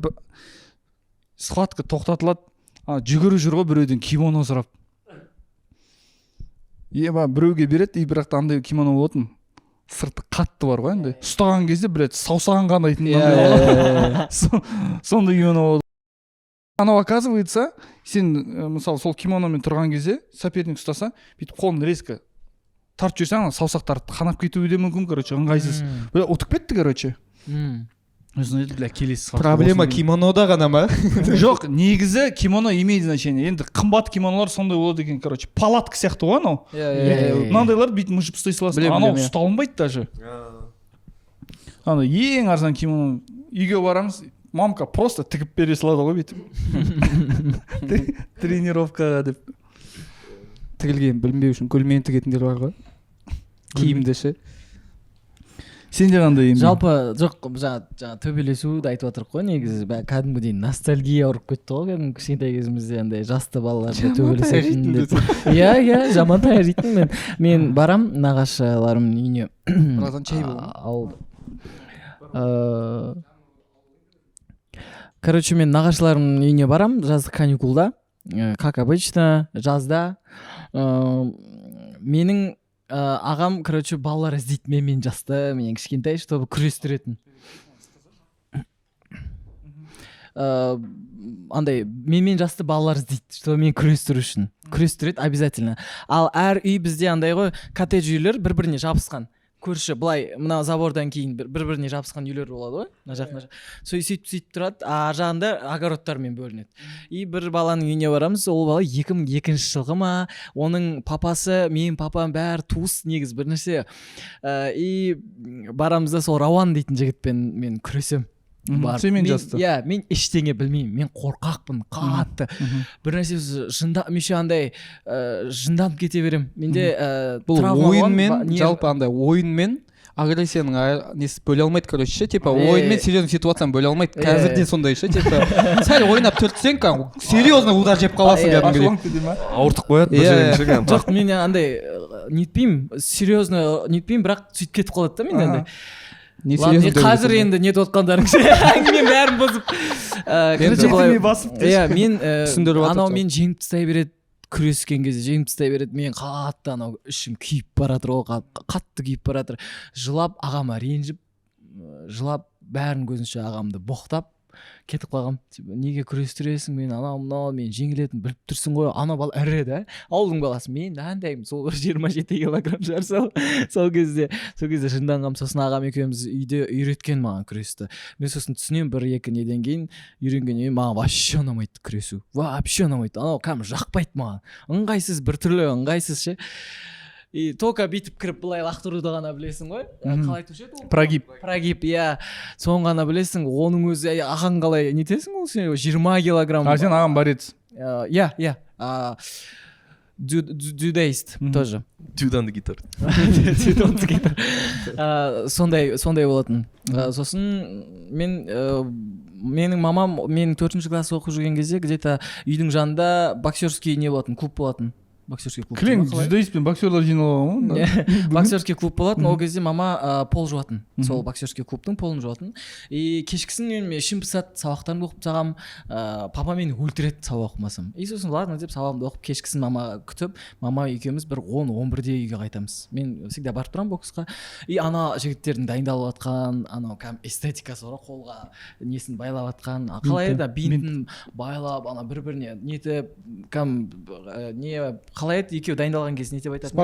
Спаррингтерін көрем. Терминдер жаттап қойсың. Иә, вообще сөйтіп көреген. Иә, жаңа спаррингтерін қараймын, сөйтіп қараймын да, бір кезде өзім ақырын дайындала бастаймын. Жаңағы жігіттерден қарап дайындала бастаймын. Менде бір фотографический память дейтін сәл бар менде. Жаңа ұрып нетіп, еңкейіп өзімше ұрып атам. Сол кезде бір тренер кісі көріп қалады да мамаға айтады: алып келіңіз балаңызды. Балаңызда потенциал болып тұр, ұнатып тұр бұл бала. Иә, папасынан сұрайық деп біз папаға барып, үйге барып, пападан сұраймыз. Сосын, қой, бармайды еш жаққа, ондай спортқа жібермеймін. Ертең біреу ұрып тастаса ше, ертең өліп қалса ше, бір нәрсе деп мен жалғыз жақсы деппін ғой. Жалғыз балам ғой үйде. Жалғыз бала болғаннан кейін папа вообще ондай заттарға жолатпайтын. Сен жалғыз бала болған кезде жалғыз ер баласың ба или в целом жалғыз баламын мен. Мен просто ана оңтүстіктің сленгімен айтып отырмын. Бала деген бізде мен үшін бала. Ол ғой, кете бөлесің. Нұрмахан мен Даниярмен всегда менде спор. Нұрмахан айтады, мен үйдегі жалғыз баламын дейді. Хотя үш әпкесі бар да оның. Иә, сол жалғыз ұлмын деу керек қой. Жотам десең. Сол жалғыз балам. Иә, сөйтіп мен папам нететін. Мен бір жағынан папаны да түсінуге болады. Өйткені сондай нелер болғаннан кейін біз бірақ мама екеуміз тығылып бір күні мен қатты каратеға барғым келеді. Бокс жасамыз десең. Мама не ұстайды? Қалай ананың аты? Лапа. Айтты, оны қызықтамас, не да концерт вообще ужас қой. Сөйтіп, жарайды, мама екеуміз каратеға барамыз. Бізде спорт комплекс бар, Ұлытау дейтін бір спорт комплекс бар. Ішінде бокс, бәрі, дзюдо, бәрін нетеді, каратесі бар. И бір күні бір тренерді шақырамыз да. Тренерді шақырады да, мама сөйлеседі, осылай. Балаңыздың каратеға барып тұрсың ғой, каратен тренерісі, балаңыздың екемі боксқа келіп тұр десе. Е, мама, прикинь. Сөйтіп каратеға келмейді. Шақырады, сол кезде балалары жаңа корт жаңағы кортта сол жаңағы каратисттер нетіп жүгіріп жүр екен, сөйтіп жаңағы тренер келеді, мама сөйлеседі, осылай балам қатысқысы келіп жатыр десе, ол кісі айтады справка керек, невропатологтан справка керек, что балаңызда бәрі дұрыс деп. Денсаулығы дұрыс деген денсаулығы дұрыс деп.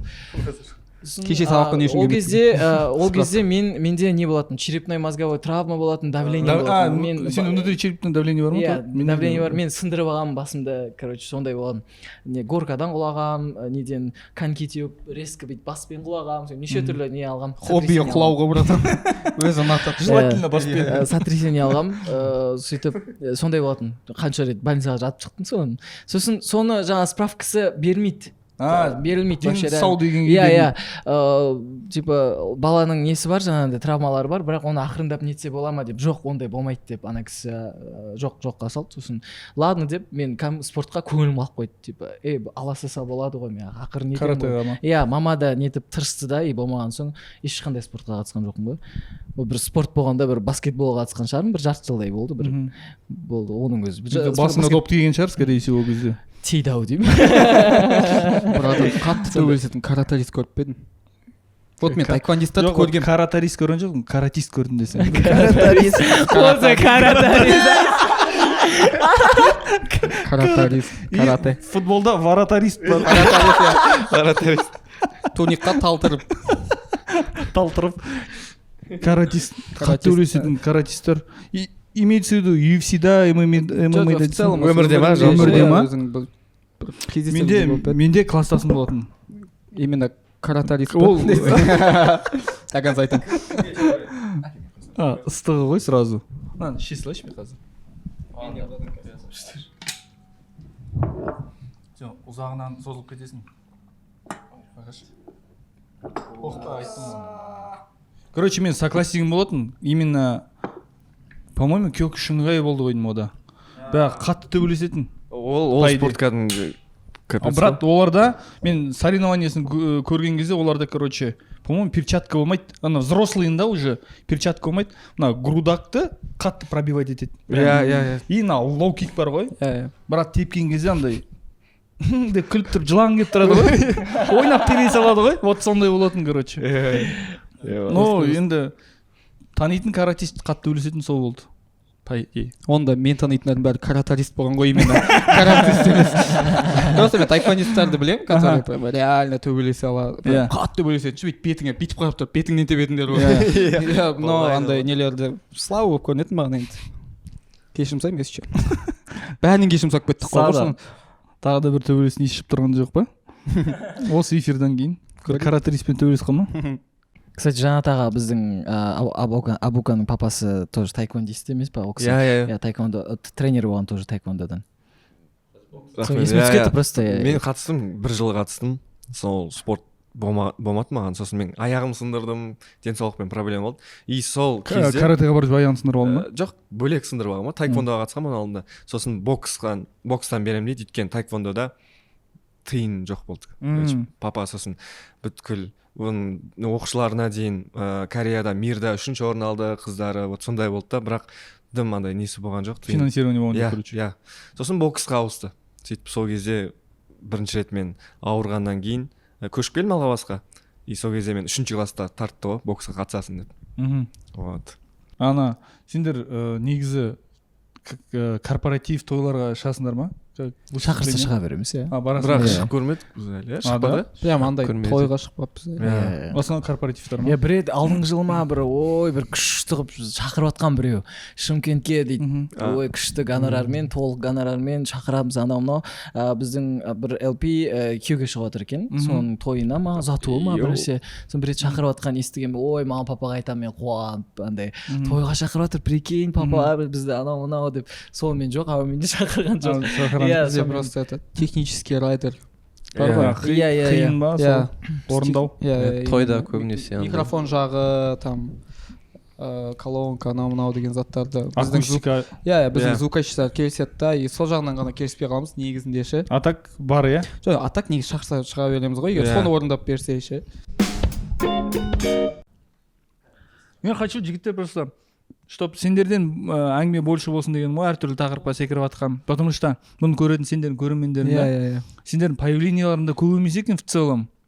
әртүрлі шоуларда. Бара бермейміз. Иә. Сендер бәрін бір жастасыңдар ма примерно? 2001. 1-2 жас қой, мен ең үлкенмін, 2001. Мен ең кішкентай. Ең кішкентай қалсың. 2003. Нормально екен сендерде андай градациясы. Бірақ уже бізде на самом деле уже кішкентай болып саналмаймыз ше. Иә. Типа Сендер бар ғой, допустим, мен всегда айтамын. Любой, жазылып жатыр ғой, сол микрофонмен де сөйлесек болады, по идее. Анау эмбит қой. Қосылып тұр бәрі. Йоу. Мен ойлаймын да, то что сендер, даже сендер емес, в целом любой творчествомен айналысатын жаңағы адам болсын, бір ұжым болсын, еңбегің где-то 5-6 жылдан кейін көреді. Иә. Андай басында всегда қиын болады, короче. И ең қиын момент анау ғой, сол 5-6 жыл шыдау ғой. Бір нәрсе. Андай момент шаршатады ғой, бір нәрсені күтіп жүресің, бірақ ешкім білмейді кім нені күтіп жүргенін. Айту, бір нәрсе болатын сияқты болып жүре бересің ғой. Менде осыған қатысты бір история бар. Қазір бірінші айтайын. Одан соң әңгімеде қойдық біз. Айтайын, сосын еще өздерің айтасыңдар ғой жеге. Болатын деп ше. Уже дебют алғанбыз. И мен біздің дос баланың папасында цех бар, мебельный. Сол жақта жұмыс істеймін еще. Ол кезде уже бізде там сен ойлай да өстім ба құпия шығып кеткен кәдімгідей уже 3-4 хитіміз бар 100% ше. Но бізде ақша жоқ, короче. И мен в целом андай еще қара жұмысқа жақынмын да больше деп. И цехта жұмыс істеп жүрмін ғой, короче. Цехта, мебельный цехта, біз андай мебель жасамаймыз, біз сол барып кел жауып келіміз ғой, короче. Разный рабочийміз, ананы істейсің, мынаны істейсің. И бір күні бір объектіға барамыз, короче, екеуміз ше, сол жақты тазалауымыз керек болып объектіға барамыз. И сол объектіде отырған кезде балалардың бәрі бір жақта болып қалады, бос емес болып қалады, короче. И маған менеджерім жазады ғой. Менеджерім бар еще, братан. Ойлаш, цехта жүрмін, өзім біреудің қоластында жүрмін. Не деген разнорабочий мынау деймін. И маған жазады, вот осындай бір подарок келе жатыр дейді, короче. Курьермен подарок жіберіпті. Бір көрермен. Иә. Подарок жіберіпті, соны күтіп ала аласың ба, қайдасың, адресін жазып жіберші дейді маған. Мен өзі 5-ке дейін сол жақтамын, 5-тен соң балаларға келемін, короче. И хорошо деймін да. Анау, короче, бай райондағы біреудің үйіндеміз ғой, короче. Біреудің үйінде стройка болып жатыр, соны біз жинап жүрдік. Иә, біз стройка біткен соң жинап жатырық, короче. Мебелін құраған, соның шанын, қалдықтарын ба? Иә, сөйтіп жатырмызда. И мен хорошо деймін да, бір кезде екеуміз жүріп сыпырып, бір кезде маған айтты, вот келді уже шықшы дейді. И бүйтіп домның артында жүргем, бүйтіп басым бүйтіп шығарып қарасам, ана іште фанаткалар тұр ғой, короче. Курьер емес, фанаткалардың, тыңдармандардың өздері кеп тұр ғой. Мен үсті басым. Жаңа бір сілкінгендей болды, олай емес ау? Дрель, Дрель? Шошып кеттім, иә. Дрель дейді. Жазылып атқан жоқ қой, енді естіліп тұр ма, тырррр деген. Все, зиян естілмесе болды. И вот мен шан-шан күйімде тыңдармандарды көріп қалам ғой. И тез жүгіріп барып, киімімді ауыстырамын да беті қолымды жуамын ғой, короче. Как будто вообще мен мына жақта тұратын адам құсап шығамын ғой бір кезде ше, далаға. Сөйтіп шығамын да, сәлем, иә, рахмет. Торт алып келіп, рахмет деп подарктар аламын да, бірге фотоға түсемін да, сөйтіп кіремін да, и 2 минуттан соң қайттан шан-шан киімді киіп алып, дальше жұмыс істеймін ғой, короче. Кетіп қалады. Иә? Маған еще не істеушін дейді, жалпы осындамын ғой деп қоясың қандай ше. Сондай бір история болған. И реально сол заттан біз, мен ойлаймын, өту керек болдық. Иә, ол негізі мен үшін вот сол күн ең қатты ойланған күнім болды, короче. Ол нүкте ғой, нүктесі ғой сенде примерно ма? Менде жоқ, ана последний андай бір ой келді. Мен біреудің үйінде не істеп жүрмін дейтін сұрақ пайда болды ше, типа, ақшасы құрсын, короче. Вот мен осы күннен соң ешқашан басқа жұмыс істемеймін, короче. Мен и так та ол жақтан да бір келіп кетіп, арасында шығып сөйтіп жүргем жұмысты. Но сол күннен соң прям точно өзімнің творчествомнан ақша табуым керек деген андай болады ғой. И так та енді бара жаттық ол затқа, просто ана шеттен соң тез жұмыс істеу керек болды, короче, мен үшін ше. и вот сондай бір история болған менде. Нормально ма? Иә, өте қызық. Мен ана тоже жаңа КВН ойнағаннан кейін ғой, тоже уже қалай айтсам болады, мен бітірген мамандығым экономист қой, енді мемлекеттік басқару, банкта деп отыра аламын, мемлекеттік қызметте деген сияқты. Бізде определенный бір деңгейдегі популярность болды. И семейге барып жұмыссыз жүрмін, короче. Енді ең үмітім өзім оқыған университет қой енді. Хотя бы сол жақта біз енді проректор андай мындай танисың, соларға барып жұмыс сұрап барам ғой. Айтады, все хорошо, андай бір жұмыс бар дейді. Университеттегі іс-шаралар бар ғой, әр мейрамға байланысты. Сол концерттерді ұйымдастырушының и студенттердің жұмысының бір емесі бар, специалисттің жұмысы бар дейді. Зарплатасы 32 000 теңге дейді. Кіресін айтам, кіре маған, жұмыс керек, короче, уже. Енді просто так жатсың. Все хорошо, мен хотя бы енді біреу танып жатса да, университетте жүресің ғой, ешкім білмейді ғой не істеп жатқанды. Студенттердің шараларына араласып деген сияқты. Ана кісі айтады маған, все, онда күт дейді. Где-то бір 4-5 күнде жауабын айтам, мен сөйлесіп көрейін, андай-мындай деп. Ана күнім өтпейді ғой, 4 күн тезірек өтіп. Қашан қабылдансам, ана уже документтер жинап, керек болмаса да ксерокстан әндердің минусовкасын жинап жүрсіз ба? Уже концертке дайындалып. Типа ана цыганский би дейтін, испанский примерно түсінесің ғой. Стандартын өтеді ғой бүкіл концерттер. Сөйтіп ана документтерді дайындап қойған, примерно уже киім дайындап жүрмін. Так, классический не бар, менде шалбар бар, тек көйлек ала салам, бір рубашка ала салам 7 000 теңгеге, туфли в принципе бар, осымен ауыстырып киіп отыратын киімдер дайындап қойған. Бір апта өтіп кетеді, в общем, егер де мен понедельник барсам, ол четверг, пятница айтам деген ғой, өтіп кетеді ол күн. Суббота, воскресенье уже демалыс. И мен звондап, оның мазасын алып келіп жатқан жоқ, демалыс күн. Понедельник звондаймын ғой, осындай жұмыс жағын деп отыр. Ұмытып кеттім ғой, басқа біреуді алып қойдық дейді жұмысқа. И осы нәрсе страшно андай, білмеймін, намысыма тиді деп айтуға болмайды. Короче, мен самооценкамды қатты түсіріп тастады. Енді 32 000 теңге көп ақша емес қой. Соның өзіне де жарамай тұрмын ба дейді. Айтам, ё-моё, не істеуге болады. Тамада болдық, айттық, биттік, в общем. В первую очередь тойға кетесің ғой. Мен баяғыда поляға шыққан мектеп кезінде. Бізде андай болатын, бір балалармен жазда поляға шығу дейтін бір приколдар болатын. Ол не поля? Кәдімгідей поляға питаққа барасың, короче, ше. Соштен сені кәдімгі теріп алып кетеді, сен ар жақта там отырғыза. Поляда не өседі деген ой? Любой, сен, короче, определенно бір поляға жұмыс істемейсің. Кокос, банан деші. Иә, там капуста болуы мүмкін, помидор болуы, арбуз болуы мүмкін. Егістікке, иә.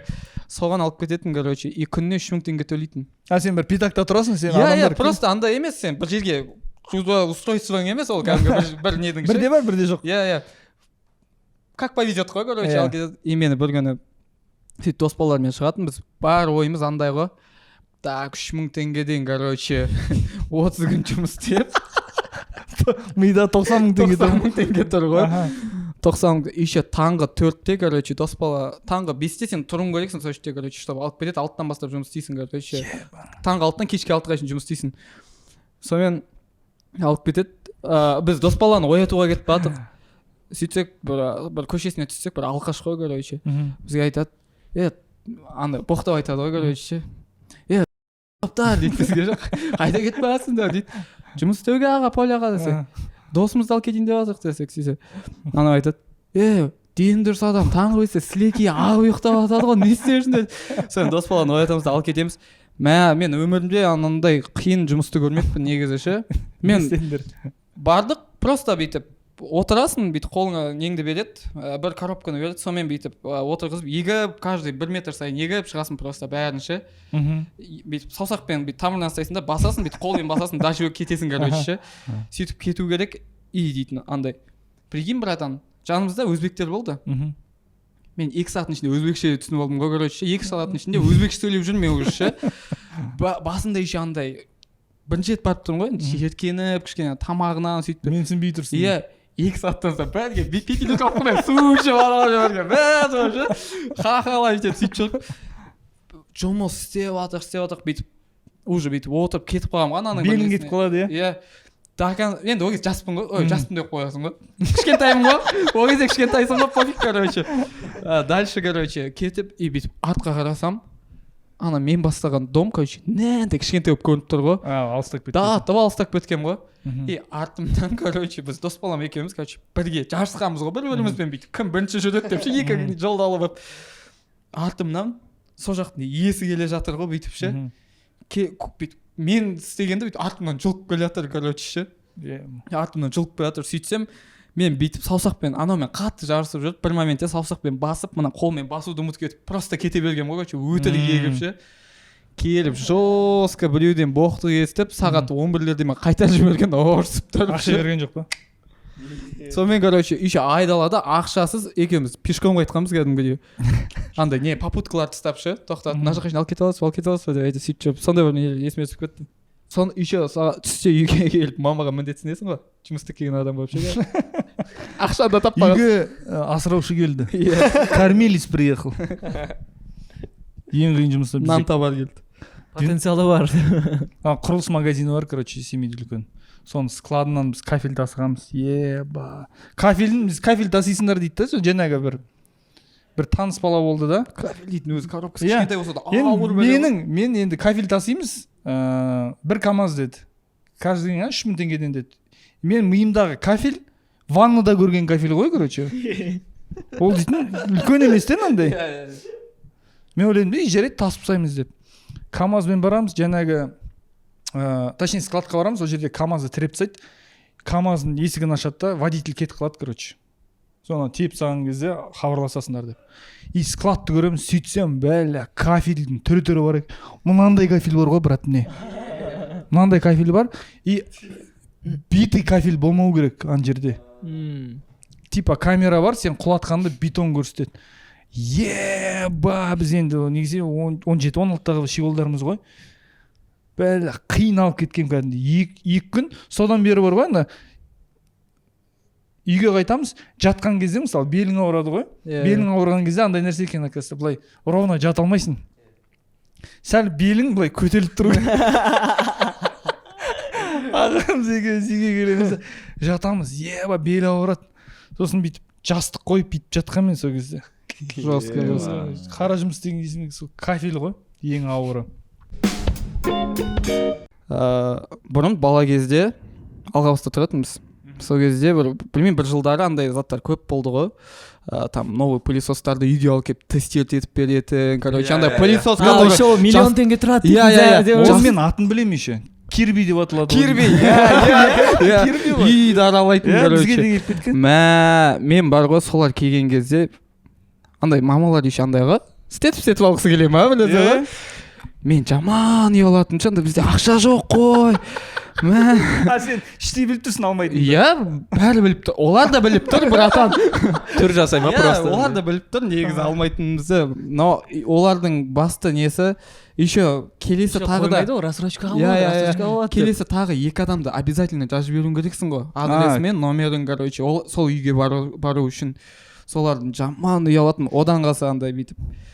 Енді анауда бір, білмеймін, ішінде өзінің бір шаны бар ма, арнайы ше, короче. Нереальный мусор шығады. Ана су дейтін батпақ болып шығады ғой уже. Вроде сен паласыңа уверенсің ғой, бүйтіп жатқан күн сайын өзің жатып жүрген жерім ғой. Мен төсегім ғой біреудің паласы болса. Сондай ғой, реально, и типа жаман ыңғайсызданатын. Сол просто есіме түсіп кетті. Ондайда бізде Астанада тұрған кезде болған, сол келеді де, еще олар бар ғой. Қатты назойливый ғой. Артынан қалмайды вообще. Мен жарайды кеште полностью залдағы паласты тазартып алғанбыз біз. И ана жаңағы суды көрген кезде кәдімгі болото болып шықты ғой, реально. Сол, қандай? Мен нағашымның үйінде тұрмын. Біреу алыпты соны. Кәдімгі комнатаға еще андай кварц жана ма, кварцтың несімен ба, бір комнатаға ортаға қойып қояды, жүр комнатадан шығайық деп, үйде кішкентай балалар көп, и кварц. Пылесостың кварцы бар ма? Кварцы бар, жағып қоя ма, сондай бір нәрсе. Братан, оның артын басаң антисептигі бар. Сондай бір қызық несі, и күшті тазалайды, негізі күшті тазалайды. Бірақ миллион теңге тұрады да, ол қалай аласың оны? Пылесос миллион дейтін, бірақ ол братан ала алады негізі, просто бұйырсын сондай. Жоқ, оказывается, имне ғой. сен доходыңа байланысты ғой. Миллион теңге дейтін. жоқ олар да қызық кимейтін адамға келеді ғой. Үйді таңдамай. Иә, сыртынан қарасай кішкене кришасын прям үйдің. Жоқ енді мен айтпаймын, нашар тұрдық деп айтпаймын, шүкір орташа тұрдық қой бәріміз бірдей. Но енді явно ғой, Қазақстан ғой құрсын. Сен Алғабаста тұрдым дейсің бе? Иә. Сен шығыстық емессің бе? Жоқ, мен шығыста туылғам ғой. Алғабаста өскем. Алғабаста өскен, Байсеркеде қазір мамалар тұрады. Байсерке, Көкөзек дейтін сол жақ емес пе? Примерно. Сендерде концертте мысалы емнелер болды ма? Допустим, сендер Қазақстан бүкіл қалаларында бердіңдер ма концерт или бермеген қалалар бар ма? Бар, иә. Жалпы берген қалаларымыз. Семейде болмағанбыз. Оның бір себебі бар ма негізі? Себебі болғанда себебі жалпы қалалардағы сұраныстарға байланысты. Оны біз шешпейміз ғой. Сендердің, получается, статистика қарайсыңдар, организаторлар өздері қарайды. Біз запрос тастаймыз мысалы. И ар жақтағы техникалар бар ма жалпы? Технический ғой тоже. Райдер бойынша. Площадка келмей қалады кейде просто андай болады екен. Кейбір қалаларда просто микрофон жоқ деген тема бар екен. Не то что, братан, Лига чемпионов даже артисттарға әлі басқа қалаларда не жоқ қой, короче. Техникалар ше. Біз мысалы мә оны айтуға бола ма екен жалпы? Просто бір қалаға бардық. И бізде қарай салыңыз, айтуға бола ма екен әңгімені, тыңдай берші, короче.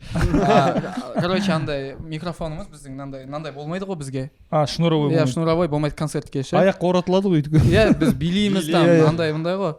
И бір қалаға барған кезде сондай болды, бірақ ол бір кісінің үйінде тұр, короче. Шнуровой микрофон еще ма? Жоқ, обычный кәдімгі андай бізге керегі бар, бірақ біреудің үйінде караокеде тұр. Караоке болып тұр. А ол типа уже понятно ғой, короче, қандай адамдар. Мен андай зат естігем сол қалада, ол қасында басқа қалада деп, ол микрофон еще. Сол қаладағы бір кісінің үйінде караоке болып тұр. Ол аппаратура деп, короче. Сол үшін бір қалада біз осындаймен выступать еттік. Билеген не істедіңдер? Билеген жоқпыз. Билеген жоқпыз, тұрып выступать еттік. Амал жоқ. Бірақ та сендер оны түсіндіресіңдер ма концерттің кезінде? Иә. Ну, қалай? Жоқ, біз андай ғой, билемесең де басқаша уже отыграть етуге тырысасың ғой, жалпы ше. Ана энергетиканы по-любому передавать етуге тырысасың ғой. Андай болды ма, концерттің организаторлар типа келіскен нәрсені істемей қойып, бұлданып, ондай қатты болған бола ма? Сондай жағдайларда сендер келісесіңдер? Бізде просто бір концерттің организатор бізді плотно қадағанда. Жоқ, ондай біз капризный емеспіз, бірақ ол жақтан. Шүкір, ол жақтан ондай жоқ, ондай қатты біз қатап кетіп дейтін ондай не болмапты, заттар болмапты. Жалпы андай бір моменттер болып қалады, типа жаңағындай қалай Red Bull әкелмейді там, допустим. Иә десек. Сонда біз ондай заттарға қатты нете қоймаймыз өзіміз, жалпы қызыға қоймаймыз десек. Әнімізді жақсы айтсақ, өзіміздің LP-ларымызды қуандырсақ болды деп мақтанып қалайықшы. Әдемі. Ал енді алдағы уақытта жаңағы өнерде қандай жаңалықтар бар? Мысалы альбом или 5 жылдыққа дайындалу, шет жағасын десем, шетелге кеткелі жатырмыз дедің ба? Ол әзірше негізі бұйырса, оны біз енді ашып айтпаймыз. Өйткені енді орындалмай, енді айтқанда дұрыс емес деп санаймыз. Ол затты бірінші орындалсын, барайық, көрейік, қалай болады, жалпы өзіміз зерттейік, сосын барып уже экспортқа дайындалып жатамыз. Мысалы қай мемлекет екенін сендер оны қалай айтсам болады, қай мемлекет екенін айтпайсыңдар, біз оны инфополе білмейді ма? Жалпы ол зат қазір бәрі переговорлар болып жатыр да, нақты еш нәрсе жоқ бізде қазір. Сөзбен ойбай осылай болады деп айтқымыз да келмейді. По-любому әлемге шығамыз жатан. Сондай болды. По-любому. И қазақ тілінде ма? Тек қазақ тілінде ма? Жоқ. Все. Өйткені Айбар ағылшынша білетін деші? Иә, біз де қазір үйреніп жатырмыз. Бәріміз кәдімгі қатты дайындалу үстіндеміз, ағылшынша. Мен өз басым кәдімгі күніне 2 сағатымды арнап жүрдім. Контрға десе. Индустармен сөйлесем. Батты. КС ойнайтындар бар ма? Ойнап тұрамыз. Бәріміз андай бүйтіп. По фану ғой жай, қырылып, неше түрлі адамдар келеседі ғой жерде. Жоқ, егерде көрермендермен бөлісетін бір жаңалық немесе хабарландыру болса. Бұйырса жақында жақсы бір сингл, өте жақсы сингл дайындап жатырық.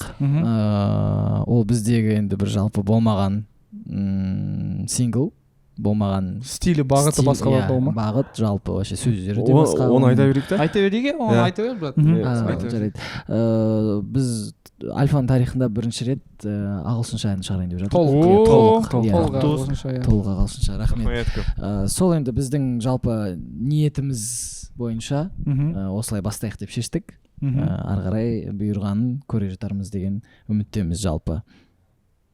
Жаңа жылға дейін шыға ма? Әрине, ол уже шығу керек, жақында бұл выпускқа дейін шығып кетуі мүмкін. Просто біз қазір сіздің монтажыңызбен.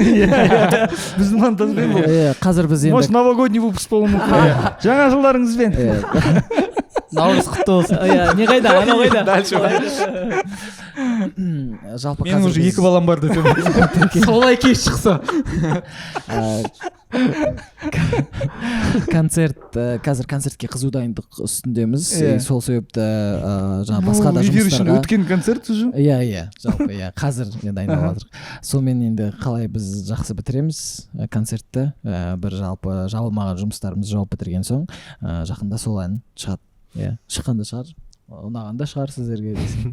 Сол ағылшынша айтып көрсек деп отырық өзімізге. Маған өзіме лично мен өзімнің ағылшыншамнан қатты ұялам. Рэп партия сенде ағылшынша, иә?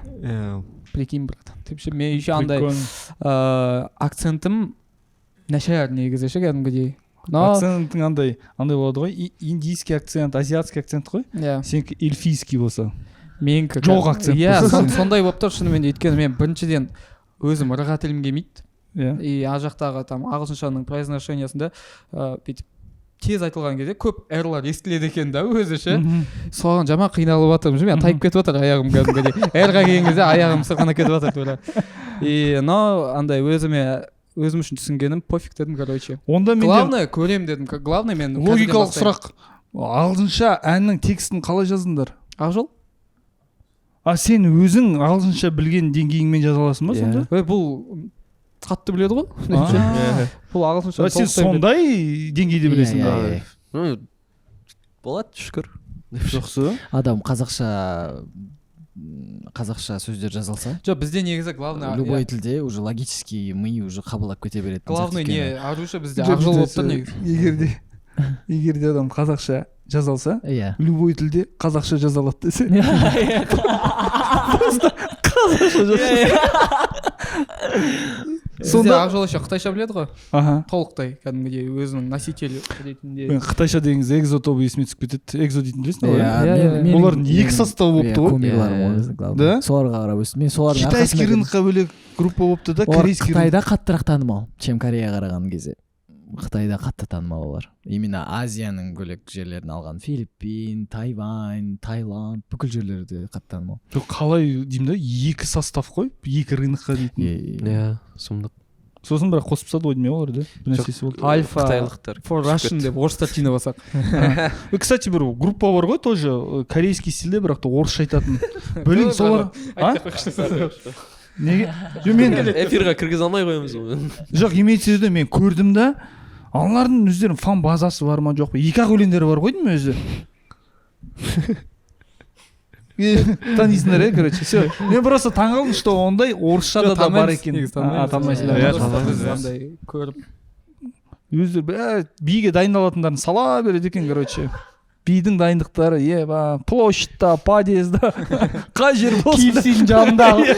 Қай жер болсын ол жерге. Ақжолдыққа кеткен балалар ғой. Серьезно, ойнамайды. Бірақ әндері бар, соны айналдырып биді береді екен, короче. Жарайды енді өздері біледі ғой. Жұмыстарыңа береке берсін жігіттер. Иә. Және мен бір нәрсе сұрамақшы болдым да. Күшті нәрсе сұрамақшы болдым. Или бір нәрсе айтпақшы болдым. Жоқ, айта бер, есіме түседі мен. Ағылшынша туралы ма? Немесе жаңа сол туралы ма? Ладно. Жоқ, оның алдында болды. Сен жаңа не туралы айтып отырдың? Күшті бір нәрсе айтып отырдың сен еще. Сұрақ қойған кезде. Ағылшынша ән, рынок. Все, есіме түсті. Бал дейтін ән менің любимый әнім. Рахмет, күшті. И сұрақ есіме түсті. Сен рэп партиян басталады ғой? Сол ең алғашқы 2 сөз не? Не деп басталады? Сен отырған биік таудың үстіне мен жеттім. жоқ осы партияға кірердің алдында бір екі сөз бар сенде. Кози ма? Кози. Сөйтіп кіресің ба? Иә, мен. Мен сөз деймін соны. Кози деп кіресің, иә? Ема. Менде өзімде сондай бар кішігірім өз атымды айтып кіріп. Жоқ ол любой рэперда бар ғой, бір емесі оны қалай шет? Voice tag деп атайды, иә? Иә. Маған кімдікі ұнайды анау? Маркул дейтін бар ғой, рэпер білесіңдер ма? Иә, мен. Деп кіреді. Күшті ғой? Так, значит, сұрағымды қойдым. Бал дейтін ән мен любимый әндерім бірі. Біз прям әйеліміз екеуміз осы жолы семейге барып қайттық та, ауыл жаққа барып қайттық. Сол кезде бәрібір безостановочно 40 минут тұрды ғой ана өлең повторда. Күшті өлең. Андай вообще басқа стиль, короче. Білмеймін, өте летний андай. Білмеймін, сондай вайб бар, иә, жалпы. Ол жазда шықты ма? Қашан шықты? Иә, жазда шықты. Көктемге шығарғанбыз, иә. Жазға деп. Март кезінде, наурыз айларында. Официально жазда шықты. Негізі до несіз біз бір мартта сольный концертіміз берген кезде сол кезде бірінші рет айттық. Бір қызғандай, ол маған былай шығады ғой, мысалы музыкальный приложение бар ғой, білесің ғой, рекомендация деп басталасың, менің волнам деп. Ол саған әртүрлі рандомды әндерді бере береді. Мен оны тыңдаған кезде просто лайкты баса салдым да, чтобы сохранить. Сендер айтатындарыңды білген жоқпын. Тыңдап бастаған кезде. И Козин рэп партиясы басын. Мынау альфа ма деп бүйтіп қарағансың ба? Ырға тілі келмейтін біреудің дауысын естіп жатыр. Мынау скорее всего Кози дегенсің ғой. Жоқ, негізі бал деген әннің де арқасында біз жалпы тағыдай аудиториямызды кеңейтіп алдық, иә, сіздердің арқаларыңызда деп айтады. Шалдар қосылды ма? Иә. Үлкендер қатты тыңдайды олар. Үлкен буынды аға әпкелер жалпы. Мен мамамның да ең сүйікті әні ғой сол. Бал ма? Иә, телефонда звоногыңда тұрады. Сол келгендеріңе көп рахмет. Сізге рахмет. Мен қуаныштымын сендер келгендеріңе, сендердің көрермендеріңе. Мен всегда ойлаймын, то что біз енді қазақ тілді әндер жасап жатырмыз, біз қазақ тілді контент жасаймыз. Біздің аудиториялар әртүрлі бағытта жүрсе де, мысалы сендерді шын өмірде қандай екендеріңді, өмірде қандай әңгіме айтатындарыңды көргілері келеді да. Мысалы мен оны сенің біздің концертке келіп жаңағы видеодан байқадым енді. Ол жерде хейт болса да, но көрермендерің көп екен. Иә, андай да көрермендер көп та. Неге әңгімесін айтқызған жоқ, сөйлетпеді ғой. Енді біздің ол интеллигентный ғой да, ол формат бойынша біз жағаласамыз ғой, шутка айтып ана. Сол себепті осындай онда альфаға өз көрермендермен осылай кездесуге бір мүмкіндік. Иә, ол өте күшті болды, сол үшін рахмет. Берсем ба дейтін өзіме көп алып қойдым енді. Ол қолдан келгенше жасауға тырыстым. Сол себепті кейіндеріне көп рахмет. Көрермендер хейт жазбаңыздар. Альфаның көрермендері бізге хейт жазбаңыздар. Менің көрермендерім он наш деп алмайтесіз. Солай десе. Және де шаймен көрермендері девочки, его не трогаем дейтін бар ғой. Первым его спасаем дейтін деді, сондай бір нәрселер бар. Сол көп алғыс. Болашақта творчестволық табыс биіктерден көріне беріңдер, жаңағы айтылған жоспарларың орындалсын. Рахмет. Шынымен де шақырғаныңа рахмет, біраздан. Мен шәйіңмені өзім қатты көрерменмін. Мен жалпы алдында кітапханаға да барып қайттым, сол жақта да ол. Сол жақта болғаныма қатты қуандым. Андай болады ғой, гештальттарын жауып кеттім, короче.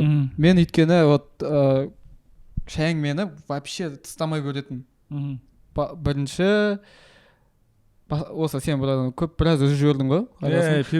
Сол моментқа дейін прям каждый выпускын всегда қарап отыратын балалар біледі. И так-то ұйықтардың алдында всегда обязательно менің немше бүйтіп қарап отырамын. Сонымен короче анда жұмыстан көп оймен келемін де соны қарап жатады құлағымда былай. Сіздің түріңіз қараймын да, сіздің түріңіз всегда ғой. Өзі ұйықтап жатады ғой. Иногда қызық емес. Ондай да болады. Сол бүгінгі сияқты. Сендердің әндерің онша емес қой, арасында бар ғой деп. Сендер әндерің күшті. Оказывается, он не наш. LP ұра беріңдер. Сол бұйырса концертімізді күтеміз. Бесі боссыз ба? Концерт қалай өтті десең? Бесі күні нешеде сендерге басталды? 6-7. 6-7. Бұйырса, возможно, кешігіп те барам. Иә, бол. Просто мынаны қия салыңыз. Болды ғой. Ала салам, иә? Все, хорошо. В смысле ол деп шыға берсеңіз. Любой выражение сәні подачамен ғой.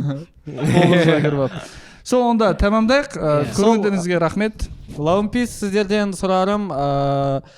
осы арнаға жазылып кетіңіздер, және де астына давайте осы шай әңгіменің тарихында болмаған ең көп комментарий жазуға тырысамыз. Мен рекордын білем. Қанша? 2100 комментарий. Серьезно? Ой, біздің запсайды. Лампис. Делаем, давайте көрсетейікші. Все, шақырғанға рахмет, көп қуаныштымыз бұдан. Рахмет. Сау болыңыздар. Сау болыңыздар.